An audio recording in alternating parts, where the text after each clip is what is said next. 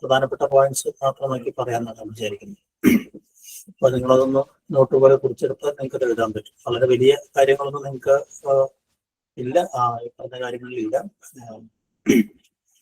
ചെറിയ ചെറിയ ഇതിനകത്ത് സിലബസിൽ കൊടുത്തിട്ടുള്ള വളരെ വേഗമായിട്ട് അതിനകത്ത് ടേംസുകളാണ് നിങ്ങൾ പ്രധാനമായിട്ടും പറയാൻ പറഞ്ഞിരുന്നത്. അതായത് ഖണ്ഡിക എന്ന് പറയുന്ന സാധനം, വ്യത്യസ്ത തരം രചനകളെ സംബന്ധിച്ച് പോസ്റ്ററുകൾ, അതുപോലെ തന്നെ എസ്സേ, അതുപോലെ ഫീച്ചർ റൈറ്റിംഗ്, അല്ലെ, അങ്ങനെയുള്ള കുറെ കാര്യങ്ങളാണ് ന്യൂസ് റൈറ്റിംഗ്, പിന്നെ എഡിറ്റിങ്ങുമായി ബന്ധപ്പെട്ട കുറച്ച് കാര്യങ്ങൾ പറയാൻ വേണ്ടി പറഞ്ഞിരുന്നു. അങ്ങനത്തെ കുറെ കാര്യങ്ങളാണ് നിങ്ങൾ പറഞ്ഞിരുന്നത്. എന്തായാലും ഞാൻ ചില കാര്യങ്ങൾ പറയാം, അതിനകത്ത് നിങ്ങൾക്ക് സംശയമുള്ള മേഖലകൾ കൂട്ടിച്ചേർക്കേണ്ട കാര്യങ്ങൾ നിങ്ങൾ പറഞ്ഞാൽ അതുകൂടെ ആഡ് ചെയ്ത് പറയാം.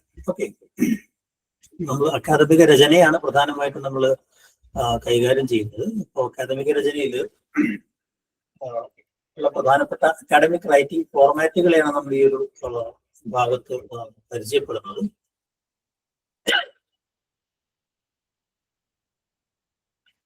ഇപ്പൊ പലതരം അക്കാദമിക രചനകളുണ്ട് എന്നറിയാലേ. അപ്പൊ നിങ്ങൾ നോട്ട്സ് എഴുതുക, നോട്ട്സ് എന്ന് പറയുന്നത് നോട്ട് കുറിപ്പുകൾ അല്ലെങ്കിൽ നോട്ടുകൾ എന്ന് പറയുന്ന ഒരു തരം some sort of academic writing ആണ്. നമ്മൾ നോട്ട് എടുക്കുക എന്നൊക്കെ. അതായത് നമ്മളൊരു ഗവേഷണ സമയത്താണെങ്കിൽ, അല്ലെങ്കിൽ നിങ്ങളൊരു ഒരു ക്ലാസ് എടുക്കുന്ന സമയത്ത് നിങ്ങൾ അല്ലെങ്കിൽ ഗ്രൂപ്പായിട്ട് ഒരു പ്രത്യേക വിഷയവുമായി ബന്ധപ്പെടുത്തി നിങ്ങൾ എന്തെങ്കിലുമൊക്കെ വായിക്കുമ്പോൾ, അല്ലെങ്കിൽ സംസാരിക്കുമ്പോൾ, അല്ലെങ്കിൽ വേറെ ആരുടെയെങ്കിലും ഒക്കെ വീഡിയോസ് കേൾക്കുമ്പോൾ, അല്ലെങ്കിൽ ഇന്റർവ്യൂ ചെയ്യുമ്പോഴൊക്കെ നമ്മൾ എടുക്കുന്ന തരം കുറിപ്പുകളുണ്ട്. അങ്ങനെയുള്ള നോട്ട് റൈറ്റിംഗ് എന്ന് പറയുന്ന ഒരു കാര്യമുണ്ട്, അല്ലെ. പിന്നെ നമ്മൾ റിപ്പോർട്ടുകൾ തയ്യാറാക്കുക എന്ന് പറയുന്ന റിപ്പോർട്ട്സ് ഈ പറയുന്ന അക്കാദമിക് റൈറ്റിംഗിൽ ഒരു പ്രധാനപ്പെട്ട സംഗതിയാണ്. ഏതെങ്കിലും ഒരു കാര്യത്തെ കുറിച്ച് നമ്മളൊരു വർക്ക് ചെയ്തു കഴിഞ്ഞാൽ അതിനെക്കുറിച്ച് നമ്മളൊരു റിപ്പോർട്ട് തയ്യാറാക്കുക എന്ന് പറയുന്നത്. ഒരു പക്ഷേ ഒരു പ്രോജക്ട് റിപ്പോർട്ട് ആയിരിക്കാം, അല്ലെങ്കിൽ സെമിനാർ റിപ്പോർട്ട് ആയിരിക്കാം, അല്ലെ. ഇപ്പൊ നിങ്ങൾ സെമിനാർ എടുത്തു കഴിഞ്ഞാൽ സെമിനാർ റിപ്പോർട്ട്, അല്ലെങ്കിൽ വേറെ എന്തെങ്കിലും ഇവന്റ് ഉണ്ടെങ്കിൽ ആ ഇവന്റിന്റെ റിപ്പോർട്ട് ആയിരിക്കാം. നിങ്ങൾ എന്തെങ്കിലും ഒരു എക്സ്പെരിമെന്റ് ചെയ്തിട്ടുണ്ടെങ്കിൽ,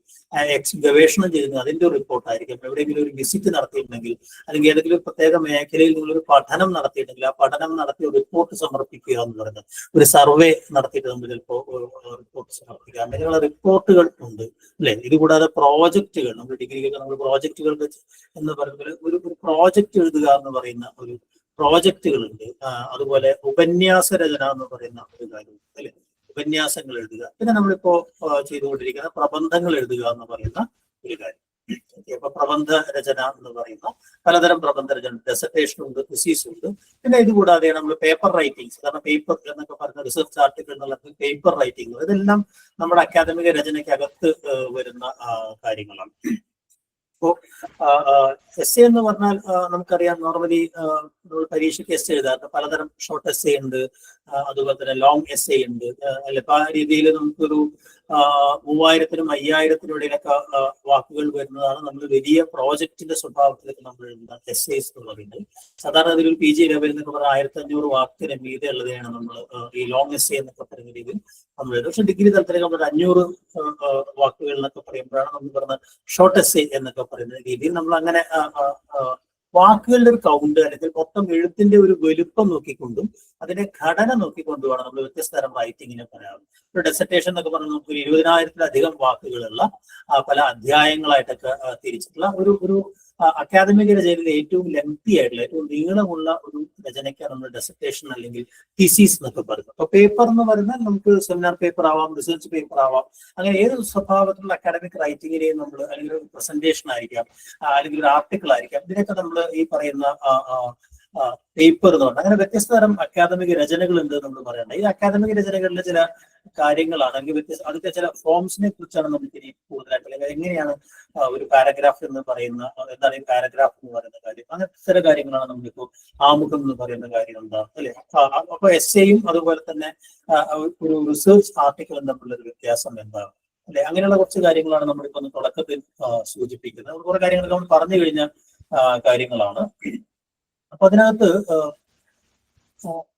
ഒരു അക്കാദമിക രചനയിൽ, സാധാരണ എസ്സേ ആയിട്ട് ചോദിക്കുന്ന ഒരു ചോദ്യമാണ്, ഒരു അക്കാദമിക രചനയിൽ ശ്രദ്ധിക്കേണ്ട കാര്യങ്ങൾ എന്തൊക്കെയാണ്, അല്ലെങ്കിൽ what are the golden rules of academic writing. ഒരു അക്കാദമിക രചനയുടെ ഒരു ശൈലി എന്തായിരിക്കണം, അക്കാദമികമായ ശൈലി എന്തായിരിക്കണം, അല്ലെങ്കിൽ അക്കാദമിക രചനയിൽ ശ്രദ്ധിക്കേണ്ട കാര്യങ്ങൾ എന്തൊക്കെയാണ്, അല്ലെ, തുടങ്ങിയ വ്യത്യസ്തമായ ചോദ്യങ്ങൾ വരാം. അപ്പൊ അതുമായി ബന്ധപ്പെട്ട 1-2 പോയിന്റ്സ് നമുക്ക് തുടങ്ങാം. ഒരു അക്കാഡമിക് റൈറ്റിങ്ങിനെ സംബന്ധിച്ചിടത്തോളം നമ്മൾ സർഗാത്മക രചനയിൽ നിന്ന് വ്യത്യസ്തമായി നമ്മൾ ക്ലാസ്സിൽ വിശദീകരിച്ചതാണ് എന്താണ് അക്കാദമിക രചന എന്ന് പറയുന്നത്. അപ്പൊ അക്കാദമിക രചനയുടെ ഏറ്റവും പ്രധാനപ്പെട്ട കാര്യം എന്ന് പറയുന്നത് ക്ലാരിറ്റി എന്ന് പറയുന്ന ക്ലാരിറ്റി ആൻഡ് പ്രിസിഷൻ എന്ന് പറയുന്നത് വ്യക്തതയും കൃത്യതയുമാണ് ഒരു അക്കാദമിക രചനയുടെ ഏറ്റവും പ്രധാനപ്പെട്ട കാര്യം. അപ്പോൾ അക്കാദമിക ശൈലി, രചനാ ശൈലി എന്നൊക്കെ പറയുന്നിടത്ത് നമുക്ക് പാരഗ്രാഫ് റൈറ്റിംഗിലായാലും സെന്റൻസ് റൈറ്റിംഗിലായാലും വാക്യം എഴുതുമ്പോഴായാലും നമ്മൾ ഒരു അബ്സ്ട്രാക്ട് എഴുതുമ്പോഴായാലും അല്ലെങ്കിൽ നമ്മൾ പ്രബന്ധം എഴുതുമ്പോഴായാലും ഒക്കെ നമ്മൾ പാലിക്കേണ്ട ഒരു പ്രധാനപ്പെട്ട രണ്ട് കാര്യങ്ങളാണ്. ഒന്ന് ക്ലാരിറ്റി അല്ലെങ്കിൽ വ്യക്തത എന്ന് പറയുന്നത്, മറ്റൊന്ന് പ്രിസിഷൻ അല്ലെങ്കിൽ കൃത്യത എന്ന് പറയുന്നത്. എന്ന് വെച്ചാൽ നമ്മൾ വളരെ ക്ലിയർ ആൻഡ് സ്പെസിഫിക് ലാംഗ്വേജ്, വളരെ വളരെ വസ്തുനിഷ്ഠമായിട്ടതും വ്യക്തവുമായ ഭാഷ ഉപയോഗിക്കുക. ആംബിഗ്വിറ്റി അല്ലെങ്കിൽ ധ്വന്യാത്മകത എന്ന് പറയുന്നത്, അല്ലെങ്കിൽ വളരെ അവ്യക്തത എന്ന് പറയുന്നത്, വെയ്ഗ്നെസ് എന്നൊക്കെ പറയുന്നത് ഒഴിവാക്കുക. അതൊക്കെ സാഹിത്യത്തെ സംബന്ധിച്ചിടത്തോളം അത് സൗന്ദര്യമാണ്. ഈ പറഞ്ഞ പോലെ ഒളിപ്പിച്ചു വെക്കുക എന്നൊക്കെ പറഞ്ഞു. പക്ഷെ ഇത് വളരെ ഡയറക്റ്റ് ആയിട്ട് വളരെ വളരെ എന്താ പറയാ നേരിട്ട് പ്രത്യക്ഷമായി എഴുതുക എന്ന് പറയുന്ന ഒരു രീതിയാണ് അക്കാഡമിക് റൈറ്റിങ്ങിനെ സംബന്ധിച്ച് പ്രധാനപ്പെട്ട ഒരു കാര്യം. അതോടൊപ്പം തന്നെ ജാർഗണുകൾ ഒഴിവാക്കുക എന്ന് പറയുന്നത്. അപ്പൊ നമ്മളെപ്പോഴും ഡിസിപ്ലിൻ സ്പെസിഫിക് ആയിട്ടുള്ള ഒരു പ്രത്യേക അക്കാദമിക് രചനയിൽ നമ്മൾ ശ്രദ്ധിക്കേണ്ട ഒരു കാര്യം എന്ന് പറയുന്നത് ഓരോ വിഷയത്തിനും അതിൻ്റെതായ എന്താ പറയാ ഗ്ലോസറികൾ ഉണ്ടായിരിക്കും, അല്ലെ, സാങ്കേതിക പദകോശങ്ങൾ ഉണ്ടായിരിക്കും ഓരോ സബ്ജക്റ്റും. നിങ്ങൾ വ്യാകരണമൊക്കെ പറയുമ്പോൾ ഞാൻ പറയണ്ടേ പദം എന്നുള്ള വാക്യന്റെ അർത്ഥത്തിലാണ്, വാക്യം എന്നുള്ള അപ്പൊ നമ്മൾ ഏത് വിഷയത്തിലാണോ നമ്മൾ അക്കാദമിക രചന നടത്തുന്നത് ആ അക്കാദമിക ഒരു മേഖലയിൽ പൊതുവായി ഉപയോഗിക്കുന്ന മാനകീകരിക്കപ്പെട്ട പദങ്ങളായിരിക്കും നമ്മൾ ഉപയോഗിക്കുന്നത്. സ്പെസിഫിക് ഡൊമൈൻ സ്പെസിഫിക് ടെർമിനോളജികൾ, ആ രീതിയിലുള്ള പദപ്രയോഗങ്ങൾ നമ്മൾ ഉപയോഗിക്കുക എന്നുള്ളതാണ് ഏറ്റവും പ്രധാനപ്പെട്ട കാര്യം എന്ന് പറയുന്നത്. പക്ഷെ അതോടൊപ്പം തന്നെ നമ്മൾ ഈ പറയുന്നത് പോലെ ഈ പറഞ്ഞ ക്ലീഷേ എന്നൊക്കെ നമ്മൾ പറയാവുന്ന പ്രയോഗങ്ങൾ പ്രസംഗത്തിലും അല്ലെങ്കിൽ സാധാരണ എഴുത്തിലൊക്കെ നമ്മൾ ഉപയോഗിക്കുന്ന ക്ലീഷേ ആയിട്ടുള്ള പ്രയോഗങ്ങളൊക്കെ ഒഴിവാക്കുക എന്ന് പറയുന്നത് വളരെ പ്രധാനപ്പെട്ട ഒരു കാര്യം. അപ്പൊ ക്ലാരിറ്റിയും പ്രിസിഷനും വ്യക്തതയും കൃത്യതയുമാണ് ഏറ്റവും പ്രധാനപ്പെട്ട രണ്ട് കാര്യങ്ങൾ എന്ന് പറയാം. മറ്റൊന്ന് അതിന്റെ ഒരു ഘടനാപരമായിട്ടുള്ള രണ്ടാമത്തെ തത്വം എന്ന് പറയുന്നത് ഈ അക്കാദമിക് രചന ഘടനാപരമായിട്ടുള്ള അല്ലെങ്കിൽ സംഘാടനത്തിലുള്ള ശ്രദ്ധ എന്ന് പറയുന്നത്, അല്ലെങ്കിൽ ഘടനാപരമായിട്ടുള്ള ചിട്ടപ്പെടുത്തൽ എന്ന് പറയുന്നത് വളരെ പ്രധാനമാണ്. നമുക്കൊരു അക്കാഡമിക് റൈറ്റിങ്ങും സർഗാത്മക രചനയും തമ്മിലൊരു വ്യത്യാസം എന്ന് പറഞ്ഞാൽ സർഗാത്മക രചന ഓരോന്നിനും അതിൻ്റെതായ ശൈലിയിൽ നമുക്ക് എഴുതാൻ പറ്റും. പക്ഷെ അതിന്റെ ഘടനയായിരിക്കാം അതിനെ വളരെ ആകർഷകമാണ്. നമുക്ക് മധ്യത്തിൽ നിന്ന് തുടങ്ങാൻ പറ്റും, അല്ലെങ്കിൽ എവിടെയെങ്കിലും വെച്ച് പെട്ടെന്ന് നിർത്തി മറ്റൊന്നിലേക്ക് ജമ്പ് ചെയ്യുക, ഒരു അധ്യായമായിട്ട് യാതൊരു ബന്ധവുമില്ലാത്ത മറ്റൊരു അധ്യായം എഴുതുക, സസ്പെൻസുകൾ നിലനിർത്തുക, ഇങ്ങനെയുള്ള ഒരുപാട് കാര്യങ്ങൾ എംബഡഡ് ആയിട്ടുള്ള ഉപകഥകൾ പറയുക. ഇങ്ങനെ പലതരത്തിലുള്ള ആഖ്യാന സവിശേഷതകൾ സർഗാത്മക രചനയെ സംബന്ധിച്ചിടത്തോളം അതിന്റെ സൗന്ദര്യാത്മക വർദ്ധിപ്പിക്കുകയാണെങ്കിൽ ഒരിക്കലും ഒരു അക്കാദമിക രചനയ്ക്ക് അങ്ങനെ ഓരോ എഴുത്തുകാരനും അല്ലെങ്കിൽ ഓരോ പ്രബന്ധ രചയിതാവും തന്റേതായ ഒരു പ്രത്യേക ഘടനയോ ശൈലിയോ സ്വീകരിക്കുക എന്നുള്ളത് തെറ്റായ ഒരു പ്രവണതയാണ്. മറിച്ച് ആൾറെഡി മാനകീകരിക്കപ്പെട്ട ഒരു ഘടനയ്ക്കകത്ത് തന്നെ പ്രബന്ധം ചിട്ടപ്പെടുത്തുക.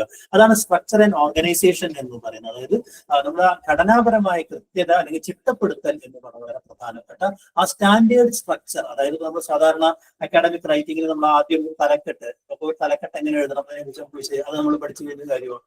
ഒന്നുകൂടി വേണമെങ്കിൽ വിശദീകരിക്കാം. അബ്സ്ട്രാക്ട്, അതിനുശേഷം ഒരു അബ്സ്ട്രാക്ട് ഉണ്ടാവും. നമ്മൾ എന്താണ് ഈ പ്രബന്ധത്തിനകത്ത് പൊതുവായിട്ട് പറയുന്നത് 100 മുതൽ 150 വരെ വാക്കുകളാണ് ഒരു അബ്സ്ട്രാക്റ്റിൽ വേണ്ടത്. അപ്പൊ നമ്മൾ പറയുന്ന പ്രധാനപ്പെട്ട ഈ പ്രബന്ധത്തിലെ പ്രധാനപ്പെട്ട കാര്യങ്ങൾ അതിന്റെ ആമുഖവാക്യം ഉണ്ടായിരിക്കണം. ആ പ്രബന്ധത്തിന്റെ വിഷയം എന്താണെന്ന് നമ്മൾ അതിനകത്ത് എഴുതും. അതിനുശേഷം നമ്മൾ ഉപയോഗിക്കുന്ന മെത്തഡോളജി എന്താണെന്ന് എഴുതും. ആ പ്രബന്ധത്തിൽ നമ്മൾ ഉപയോഗിച്ചിട്ടുള്ള ഡാറ്റകൾ ഏതൊക്കെ മേഖലയിൽ നിന്ന് എഴുതും. പ്രധാനപ്പെട്ട 1-2 ഫൈൻഡിങ്ങിനെ സൂചനകൾ നമ്മൾ നൽകുക. ആ പ്രബന്ധത്തിന്റെ പ്രസക്തി എന്ന് പറയുന്ന സാധനമാണ് എഴുതുക. എന്ന് വെച്ചാൽ ആ പ്രബന്ധത്തിലേക്ക് ആളുകളെ ആകർഷിക്കുന്ന രീതിയിൽ ഒരു അബ്സ്ട്രാക്ട് എഴുതിയ ശേഷം നമ്മൾ ആ പ്രബന്ധം നോക്കിക്കഴിഞ്ഞാൽ ആദ്യം എന്താ ഉണ്ടാവുക, ഒരു ആമുഖം എന്ന് പറയുന്നത്. അല്ലെ, ആമുഖത്തിനകത്ത് എന്താണ് തങ്ങളുടെ റിസർച്ച് ക്വസ്റ്റ്യൻ, നമ്മുടെ ഗവേഷണ പ്രശ്നം എന്താണെന്നും അതിന്റെ ഒരു പരിസരം, അതിന്റെ കോൺടെക്സ്റ്റ് എന്താണെന്നും അതിന്റെ ലക്ഷ്യം എന്താണെന്നുള്ള ഒരു കാര്യമായിരിക്കും നമ്മൾ ഒരു മാക്സിമം 2 പാരഗ്രാഫ് അല്ലെങ്കിൽ ഒരു പാരഗ്രാഫിൽ നമ്മൾ ആമുഖമായിട്ട് എഴുതുക. അതിനുശേഷം നമ്മൾ ഒരു മെത്തഡോളജിയെ കുറിച്ച് സൂചന, എന്ത് മെത്തഡോളജിയാണ് നമ്മൾ സ്വീകരിക്കുന്നത്, എന്ത് മെറ്റീരിയലാണ് നമ്മൾ ഉപയോഗിക്കുന്നത് എന്ന് പറയുന്ന ഒരു കാര്യം ഉണ്ടാവും. അതിനുശേഷമാണ് നമ്മുടെ പ്രധാനപ്പെട്ട ഈ ഗവേഷണ പ്രബന്ധന ബോഡി ഉണ്ടാവുക. അതിനുശേഷം നമ്മൾ ഏറ്റവും അവസാനം അതിന്റെ നിഗമനങ്ങൾ അല്ലെങ്കിൽ അതിന്റെ റിസൾട്ടിനെ നമുക്ക് സമ്മറൈസ് ചെയ്യും. അല്ലെ, പിന്നെ നമ്മൾ ഏറ്റവും അവസാനത്തിന് ഉപസംഹാരം. ഇങ്ങനെ വളരെ കൃത്യമായ ഒരു ക്രമം ഈ പറയുന്ന ഓരോ അക്കാഡമിക് റൈറ്റിംഗ് ഉണ്ടാവും. ആ ക്രമം എന്ന് പറഞ്ഞത് വളരെ പ്രധാനമാണ്. അതോടൊപ്പം തന്നെ ഹെഡിങ്ങുകൾ, തലക്കെട്ടുകൾ, ശീർഷകങ്ങൾ, ഉപശീർഷകങ്ങൾ, ഓരോ സാധനം സബ് ഹെഡിങ്ങുകളിലൂടെ സൂചിപ്പിക്കുക, ബുള്ളറ്റ് ഫോമുകളിലൂടെ സൂചിപ്പിക്കുക എന്നൊക്കെ പറയുന്ന രീതിയിൽ നമ്മുടെ തോട്ട് പ്രോസസ് അല്ലെങ്കിൽ നമ്മുടെ ചിന്താ പ്രക്രിയയെ അതേപോലെ പിന്തുടരുന്ന രീതിയിൽ യുക്തിപരമായി ഭദ്രമാക്കിയ ഒരു ഘടനയായിരിക്കണം അക്കാദമിക രചനയ്ക്ക് ഉണ്ടാവും. അതിന്റെ ലോജിക്കൽ ഫ്ലോ എന്ന് പറയുന്നത് നമ്മളൊരു കാര്യത്തെക്കുറിച്ച് ആലോചിക്കുമ്പോൾ കാര്യകാരണ ബന്ധത്തോടു കൂടി ഒരു ആർഗ്യുമെന്റേറ്റീവ് റൈറ്റിംഗ്, നമ്മൾ ക്ലാസ്സിൽ പറഞ്ഞ ആർഗ്യുമെന്റേറ്റീവ് റൈറ്റിംഗ് ആണ്, നമ്മൾ യുക്തിയുക്തമായിട്ടുള്ള ഒരു പ്രസ്താവമാണ് അല്ലെങ്കിൽ യുക്തിയുക്തമായ ഒരു വ്യവഹാരമാണ് അക്കാദമിക രചന എന്ന് പറയുന്നത്. അപ്പൊ അതിന്റെ യുക്തിയുടെ ഘടന അതേപോലെ കാര്യകാരണ ബന്ധത്തോടുകൂടെ എല്ലാ കാര്യങ്ങളും നമ്മൾ ഉന്നയിക്കുന്ന ഓരോ കാര്യങ്ങൾക്കും കാരണങ്ങൾ പറഞ്ഞ് അല്ലെങ്കിൽ കാരണങ്ങളിൽ നിന്ന് കാര്യങ്ങളിലേക്ക് എത്തിക്കൊണ്ട് ജനറലൈസേഷനിലേക്ക് എത്തിക്കൊണ്ട് നമ്മൾ ഉദാഹരണങ്ങൾ വിശദീകരിച്ചുകൊണ്ട് ആവശ്യമായ ഭാഗത്ത് കാര്യങ്ങളൊക്കെ വിവരിച്ചുകൊണ്ട് പിന്നെ കാര്യങ്ങളൊക്കെ സംഗ്രഹിക്കുന്ന ആ ക്രമം എന്ന് പറയുന്നത് വളരെ പ്രധാനപ്പെട്ട ഒരു കാര്യമാണ്. അപ്പൊ രണ്ടാമത്തെ കാര്യം എന്ന് പറയുന്നത് അതിന്റെ ഘടനാപരമായ ഒരു ചിട്ടപ്പെടുത്തുകൾ എന്ന് പറയുന്നത്. മൂന്നാമത്താണ് അതിന്റെ ഭാഷാപരമായ കാര്യം എന്ന് പറയുന്നത്. ഒരിക്കലും ഒരു അക്കാഡമിക് റൈറ്റിംഗിൽ ഭാഷയ്ക്ക് അമിതമായ ശ്രദ്ധ ഉണ്ടാകരുത് എന്നുള്ളതാണ്. ഇപ്പൊ അക്കാഡമിക് റൈറ്റിംഗിലെ ഭാഷ നോക്കിയിട്ടല്ല നമ്മളൊരു കൃതിയുടെ ഒരു രചനയുടെ ക്വാളിറ്റി നമ്മൾ തീരുമാനിക്കുന്നത്. ഭാഷ എന്ന് മറിച്ച് അതിനകത്ത് ഉള്ള പ്രധാനപ്പെട്ട ജ്ഞാനം എന്താണ്, അറിവെന്താണ്, അതിനകത്ത് കൊണ്ടുവരുന്ന വസ്തുത എന്താണ്, അതിനകത്തുള്ള ആർഗ്യുമെന്റ് എന്താണ് എന്നുള്ളതാണ് ഏറ്റവും പ്രധാനപ്പെട്ട കാര്യം. അതുകൊണ്ട് ഈ ഭാഷാപരമായ ഭയങ്കര പോളിഷ്ഡായ ഭാഷ ഉപയോഗിക്കുക എന്നുള്ളത് അക്കാഡമിക് റൈറ്റിംഗിനെ സംബന്ധിച്ച് പ്രധാനപ്പെട്ട കാര്യമല്ല. അപ്പൊ ലാംഗ്വേജും ടോണും എന്തായിരിക്കണം എന്നതാണ് അല്ലെ. നമുക്കറിയാം അക്കാദമിക രചനയിൽ എപ്പോഴും നമ്മൾ ഫോർമൽ ലാംഗ്വേജ് ആണ് അല്ലെങ്കിൽ ഔപചാരികമായ ഭാഷയാണ് ഉപയോഗിക്കേണ്ടത്. ഒരിക്കലും നമ്മൾ സ്ലാങ്ങുകൾ അല്ലെങ്കിൽ കൊളോക്കിയൽ ആയിട്ടുള്ള ഭാഷകൾ, പ്രാദേശികമായ ഭാഷകൾ, വ്യക്തിപരമായ സ്റ്റൈലൈസേഷൻസ് അല്ലെങ്കിൽ ഒട്ടും സ്റ്റാൻഡേർഡ് ചെയ്യപ്പെടാത്ത ചില പദങ്ങൾ, ഈ പറഞ്ഞതുപോലെ പല ആളുകളും ഇങ്ങനെ വിചാരിക്കുന്നത് മണ്ടത്തരമാണെന്ന് കരുതാം എന്നൊക്കെ പറഞ്ഞ് നമ്മൾ ചില ആലോചനകൾ പറയുക, ആത്മകഥകൾ പറയുക, സംഭാഷണങ്ങളിലൊക്കെ കയറിയുടെ അങ്ങനെയൊക്കെയുള്ള നമ്മുടെ പേഴ്സണൽ ആയിട്ടുള്ള ചില എക്സ്പ്രഷൻസ് ഉണ്ടാവും. സാധാരണ അത്തരം എക്സ്പ്രഷൻസുകൾ അല്ലെങ്കിൽ ഈ പറയുന്നത് പോലെ വളരെ പ്രാദേശികമോ സാമൂഹ്യമായ വാക്കുകളോ പ്രയോഗങ്ങൾ അല്ലെങ്കിൽ അത്തരം ചില വാക്യ രീതികൾ, ശൈലികൾ ഇതൊന്നും ഉപയോഗിക്കാതിരിക്കുക എന്നത് വളരെ പ്രധാനപ്പെട്ട ഒരു കാര്യമാണ്. മാത്രമല്ല വസ്തുനിഷ്ഠമാവുക, ഒബ്ജക്റ്റീവ് ടോൺ എന്ന് പറയുന്നത് വസ്തുനിഷ്ഠമായ ഒരു സംഗതി. ഫാക്റ്റുകൾ പറയുക എന്ന് പറയുന്നത് തെളിവുകളും ഫാക്റ്റുകളും ലോജിക്കൽ ആർഗ്യുമെന്റുകളും പേഴ്സണലായ ഒപ്പീനിയൻ, നമ്മുടെ വ്യക്തിപരമായ എനിക്കിങ്ങനെയാണ് തോന്നുന്നത് അല്ലെങ്കിൽ ഇതിനെക്കുറിച്ചൊക്കെ ആര് ചിന്തിക്കാനാണ് തുടങ്ങി അങ്ങനെയൊക്കെയുള്ള ചില കാര്യങ്ങളൊക്കെ നമ്മളിങ്ങനെ സാധാരണ എഴുത്തുകളിലൊക്കെ വരാറുണ്ടല്ലോ. അത്തരം കാര്യങ്ങളൊക്കെ അല്ലെങ്കിൽ ഇത്തരം വൈകാരികമായ സ്റ്റേറ്റ്മെന്റുകൾ, കാഷ്വൽ സ്റ്റേറ്റ്മെന്റുകൾ ഇതെല്ലാം നമ്മൾ ഒഴിവാക്കണം. ഒരിക്കലും വൈകാരികമായ ഒരു ഭാഷ അല്ലെങ്കിൽ വൈകാരിക വിചാരങ്ങളെ അതിനകത്ത് ആവിഷ്കരിക്കാതിരിക്കുക. മറിച്ച് വളരെ യുക്തിഭദ്രമായിട്ട് കാര്യകാരണ ബന്ധത്തോടുകൂടെ ഞാനല്ല മറ്റൊരാൾ എഴുതിയാലും അങ്ങനെ തന്നെയാണ് വരിക എന്ന രീതിയിലേക്കുള്ള ഒരു പൊതു മാനക ഭാഷയിലാണ് അത് എഴുതുക എന്നുള്ളതാണ് അല്ലെ. അതിന്റെ ഭാഗമായിട്ടാണ് എപ്പോഴും നമ്മൾ എഴുതുമ്പോൾ ഒരിക്കലും ഫസ്റ്റ് പേഴ്സൺ ആയിട്ടുള്ള ഉത്തമ പുരുഷ സർവനാമത്തിൽ നമ്മൾ ഇത് എഴുതരുത് എന്നുള്ളതാണ്. മറിച്ച് തേർഡ് പേഴ്സൺ പെർസ്പെക്റ്റീവിലാണ് അല്ലെ നമ്മൾ പറയുന്ന പ്രഥമ പുരുഷന്റെ ഒരു വീക്ഷണത്തിൽ നിന്നുകൊണ്ടാണ് തേർഡ് പേഴ്സൺ അല്ലെ. അപ്പോ ഈ പഠനത്തിൽ നിന്ന് കണ്ടെത്തിയത്, ഞാൻ കണ്ടെത്തിയത് എന്നല്ല, ഈ പഠനത്തിൽ നിന്ന് വെളിവാക്കുന്ന വസ്തുതകളെ താഴെ പറയുന്ന പ്രകാരം സംഗ്രഹിക്കാം എന്ന് പറയുമ്പോൾ പഠനത്തിൽ നിന്ന് കണ്ടെത്തിയതാണ്. അല്ലെങ്കിൽ ഞാൻ എന്റെ സ്വന്തം നിലയ്ക്ക് കണ്ടുപിടിച്ച എന്നൊക്കെ പറയുന്ന രീതിയിലല്ല, ഞാൻ എന്ന് പറയുന്ന ഒരു സംഗതി, അതായത് ഐ ഫൗണ്ട് ദാറ്റ് എന്ന രീതിയിലല്ല നമ്മൾ പ്രസന്റ് ചെയ്തത്. മറിച്ച് ഫ്രം ദിസ് സ്റ്റഡി, ഈ പഠനത്തിൽ നിന്ന് ഞാൻ കണ്ടെത്തിയ കാര്യങ്ങൾ ഇങ്ങനെയൊക്കെയാണ് എന്ന രീതിയിൽ തേർഡ് പേഴ്സൺ പെർസ്പെക്റ്റീവിൽ കാര്യങ്ങൾ അവതരിപ്പിക്കുക എന്നതും അതിന്റെ ലാംഗ്വേജിനെ സംബന്ധിച്ച് വളരെ പ്രധാനപ്പെട്ട കാര്യമാണ് അല്ലെ. പിന്നെ ഭാഷയ്ക്കകത്തുള്ള വാക്യരചന അല്ലെങ്കിൽ വാക്യഘടന, വ്യാകരണം തുടങ്ങിയ കാര്യങ്ങളാണെങ്കിൽ എപ്പോഴും വളരെ കറക്റ്റ് ആയിട്ട് വെർബ് ഉപയോഗിക്കുക എന്നതാണ്. ഈ സബ്ജക്ട് വെർബ് അഗ്രിമെന്റ് എന്ന് പറയുന്നത്, അതായത് കർത്താവും ക്രിയയും ഒരേ രീതിയിലാവുക എന്ന് പറയുന്നത്. അങ്ങനെയുള്ള വാക്യരചനയിൽ നമ്മൾ അതിനകത്ത് വലിയ ട്വിസ്റ്റുകൾ കൊണ്ടുവരാതിരിക്കുക. ഈ പറഞ്ഞ പോലെ ലിംഗ രൂപങ്ങളൊക്കെ ഉപയോഗിക്കുമ്പോൾ ഉണ്ടാവുന്ന ശ്രദ്ധ, വചനം ഉപയോഗിക്കുമ്പോൾ ഉണ്ടാവുന്ന ശ്രദ്ധ തുടങ്ങിയ കാര്യങ്ങൾക്കകത്ത് ട്രിക്കിയായ ലാംഗ്വേജ് ഉപയോഗിക്കാതിരിക്കുക. അതായത് നമ്മൾ വളരെ രസകരമായിട്ട് എന്താ പറയാ, നമ്മൾ സാധാരണ എഴുത്തിലൊക്കെ ചില വസ്തുക്കൾക്ക് നമ്മൾ ലിംഗഭേദം കൽപ്പിച്ചുകൊണ്ട് അത്തരം കാര്യങ്ങളൊക്കെ നമ്മൾ പരമാവധി ഒഴിവാക്കുകയും ഈ പറയുന്ന പോലെ ഭാഷയ്ക്കകത്ത് വളരെ കൃത്യമായി നിലനിൽക്കുന്ന പങ്ക്ച്വേഷൻസ് ആണെങ്കിൽ ചിഹ്നനങ്ങളാണെങ്കിൽ ചിഹ്നനങ്ങൾ, വാക്യരചനകൾ കർത്താവ്, കർമ്മം, ക്രിയ തുടങ്ങിയ വാക്യരചനകൾ അല്ലെങ്കിൽ വിശേഷണ വിശേഷ ബന്ധം എന്ന് പറയുന്നത്, അങ്ങനെ മലയാള വാക്യഘടനയെ സംബന്ധിച്ചുള്ള ചില റൂൾസ് ഉണ്ട്. ആ റൂൾസുകൾ അതുപോലെ പാലിക്കുക. വാക്യ വൈചിത്ര്യങ്ങൾ വരുത്താതെ ഇപ്പൊ കണ്ടേൻ സീതയെ ഞാൻ എന്ന് പറഞ്ഞ കവിതയെ സംബന്ധിച്ചിടത്തോളം എന്താ പറയാ അതൊരു രസകരമായ വാക്യ ഘടനയാണെങ്കിൽ ഞാൻ സീതയെ കണ്ടു എന്ന് തന്നെയായിരിക്കണം അക്കാദമിക രചനയുടെ ഒരു വാക്യരചന എന്നത് അല്ലെ. അതോടൊപ്പം മറ്റൊരു പ്രധാനപ്പെട്ട ഒരു പ്രത്യേകത അക്കാദമിക രചനയെ സംബന്ധിച്ചാണെങ്കിൽ മറ്റെല്ലാ രചനകളിലും നമ്മൾ ഈ പറയുന്ന കർത്തരി പ്രയോഗത്തിനാണ് പ്രാധാന്യം. ആക്റ്റീവ് വോയിസിലാണ് നമ്മൾ പൊതുവെ എല്ലാം എഴുതുക. കാരണം നമ്മുടെ സാധാരണ നമ്മൾ സംഭാഷണങ്ങൾ ഉപയോഗിക്കുന്ന പോലെ നമ്മുടെ എല്ലാ എഴുത്തുകളെയും നമ്മൾ പറയാം ആക്റ്റീവ് വോയിസിലായിരിക്കണം. അപ്പോഴാണ് ഒരു പേഴ്സണൽ ടച്ച് ഉണ്ടാവുക അല്ലെങ്കിൽ ഡയറക്ട്നെസ് ഉണ്ടാവുക എന്നുള്ളത്. പക്ഷെ ഈ പറയുന്ന അക്കാഡമിക് റൈറ്റിംഗിൽ പലപ്പോഴും പാസീവ് വോയിസ് എന്ന് പറയുന്നത് വളരെ പ്രധാനപ്പെട്ട ഒരു കാര്യമാണ്. കാരണം ഔപചാരിക ഭാഷകളിൽ അല്ലെ ഔദ്യോഗിക ഭാഷയിൽ എന്നതുപോലെ പലപ്പോഴും നമുക്ക് ചില ഈ സയന്റിഫിക് റൈറ്റിങ്ങിലൊക്കെ പലപ്പോഴും ഈ പാസീവ് വോയിസ്, കാരണം എന്റെ താല്പര്യമല്ല, എന്റെ പേഴ്സണലായ ടേക്ക് അല്ല, മറിച്ച് ഈ ഒരു ശാസ്ത്ര യുക്തിയ അങ്ങനെയാണ് എന്ന രീതിയിൽ ഇറ്റ് ഈസ് ഫ്രോം ദാറ്റ് എന്നുള്ള രീതിയിലേക്ക് ഞാൻ നേരത്തെ പറഞ്ഞതുപോലെ അങ്ങനത്തെ ഒരു പാസീവ് വോയിസിൽ എഴുതുന്നുകൊണ്ട് അക്കാദമിക രചനയെ സംബന്ധിച്ചുള്ളത് വളരെ പ്രധാനപ്പെട്ട കാര്യമാണ്. പക്ഷെ ചില വിഷയങ്ങളുടെ ചില പ്രശ്നങ്ങളൊക്കെ അവതരിപ്പിക്കുന്ന സമയത്ത് നമുക്ക് ആക്റ്റീവ് വോയിസിലേക്ക് അത് വരികയും ചെയ്യാം എന്നതാണ്.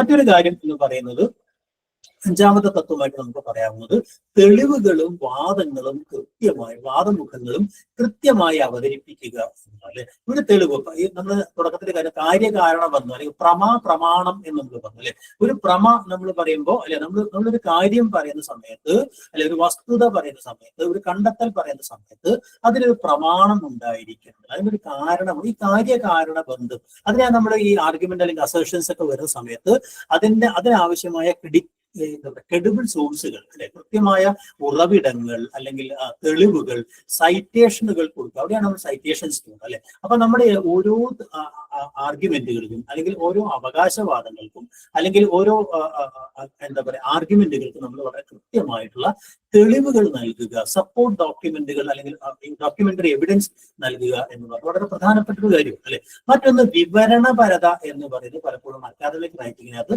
ബേസിക്കായ വിവരണപരത വേണമെങ്കിലും വിവരണപരതയല്ല, വ്യാഖ്യാനപരതയും വിമർശനാത്മകമായ അല്ലെങ്കിൽ അപഗ്രഥനാത്മകമായ രീതിയുമാണ് അതിന്റെ ഭാഷയിൽ വേണ്ടത്. ക്രിട്ടിക്കൽ അനാലിസിസ് എന്ന് പറയുന്നത് വളരെ പ്രധാനപ്പെട്ട ഒരു വിമർശനാത്മകമായിട്ടാണ്. കേവലം വിവരിക്കുക അല്ലെങ്കിൽ കേവലം ഇങ്ങനെ അതിനെ വിശദീകരിക്കുക എന്നുള്ള രീതിയിൽ നമ്മൾ എസ്സേ ഒക്കെ എഴുതുന്നത് പോലെ അല്ലെങ്കിൽ നമ്മൾ ഒരു ക്വസ്റ്റ്യൻ പേപ്പർ ആൻസർ ചെയ്യുന്നത് പോലെയല്ല നമ്മൾ ഈ പറയുന്ന അക്കാദമിക രചനകൾ ചെയ്യുന്നത്. അതിന് ക്രിട്ടിക്കൽ അനാലിസിസ് എന്ന് പറയുന്നത് വളരെ പ്രധാനപ്പെട്ട ഒരു കാര്യമാണ് അല്ലോ. അതോടൊപ്പം തന്നെ ഓവർ ജനറലൈസേഷൻസ് എന്ന് പറയുന്നത് അല്ലെങ്കിൽ പരസ്പര ബന്ധമില്ലാത്ത ചില കാര്യങ്ങൾ പറയുക, ലോജിക്കൽ ഫാലസിസ് പോലുള്ള കാര്യങ്ങൾ വരിക, ഇത്തരം കാര്യങ്ങളൊക്കെ ഒഴിവാക്കുക എന്ന് പറയുന്നതും അതിന്റെ അക്കാദമിക രചനയെ സംബന്ധിച്ച് വളരെ പ്രധാനപ്പെട്ട ഒരു കാര്യം ഇല്ലേ.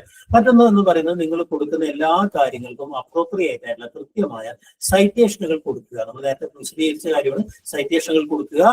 പ്ലേജറിസം പോലുള്ള കാര്യങ്ങൾ കൃത്യമായിട്ട് ഒഴിവാക്കുക. മറ്റുള്ളവരുടെ വാക്യങ്ങളോ അല്ലെങ്കിൽ പ്രകരണങ്ങളോ അല്ലെങ്കിൽ ഈ പാരഗ്രാഫുകളോ അതുപോലെ കോപ്പി ചെയ്യാതിരിക്കുക. കോപ്പി ചെയ്യുന്ന സമയത്ത് നമ്മൾ എന്ത് ചെയ്യുക, കൃത്യമായ അതിന്റെ സൈറ്റേഷൻസും മറ്റും കൊടുക്കുക എന്നതാണ് അല്ലെ. അവിടെയാണ് നമ്മൾ പാരാഫ്രൈസിങ്ങും കൊട്ടേഷൻ എന്നൊക്കെ പറയുന്ന കാര്യങ്ങൾ പറയേണ്ടത് അല്ലെ. അതിന് സംബന്ധിച്ച് സാമാന്യമായിട്ട് സൂചിപ്പിച്ച് നമുക്ക് അതിനകത്തേക്ക് വരാം അല്ലെ. നമുക്കറിയാം പ്രധാനമായിട്ട് നമ്മൾ പുസ്തകം വായിച്ചു കഴിഞ്ഞാൽ നമ്മൾ പലതരത്തിലുള്ള രൂപങ്ങളാണ് എടുക്കുക. ഒന്ന് നമ്മൾ സമ്മറി എടുക്കും അല്ലെ, സംഗ്രഹം എഴുതുക എന്ന് പറയുന്ന സംഗതിയുണ്ട് അല്ലെ, പരാവർത്തനം ചെയ്യുക എന്ന് പറയുന്ന ഒരു കാര്യമുണ്ട്. അപ്പൊ സംഗ്രഹം നമ്മൾ എടുക്കും അല്ലെങ്കിൽ പരാവർത്തനം എന്ന് പറയുന്ന ഒരു കാര്യം എടുക്കും. അല്ലെങ്കിൽ നമ്മൾ ഈ പറയുന്ന അനോട്ടേഷൻ എന്ന് പറയുന്ന സാധനം, അതിനെ കുറിച്ചിട്ടുള്ള ഒരു ടിപ്പണി എന്നൊക്കെ പറയാം. ടിപ്പണി എന്നാണ് പണ്ട് പഴയ ഭാഷയിൽ പറയുന്നത്, വ്യാഖ്യാനം എന്ന് പറയാം അല്ലെ. അനോട്ടേഷൻ എന്ന് പറയാം അല്ലെ, കൊട്ടേഷൻ എടുക്കും അല്ലെ. സമ്മറി, പാരാഫ്രൈസിങ്, അനോട്ടേഷൻ, കൊട്ടേഷൻ, ഈ പറയുന്ന 4 കാര്യം നമ്മളൊരു വ്യത്യാസം ഞാൻ ക്ലാസ്സിൽ വിശദീകരിച്ചാണ്, നിങ്ങൾക്ക് ഓർമ്മയുണ്ടാവണം അല്ലെ.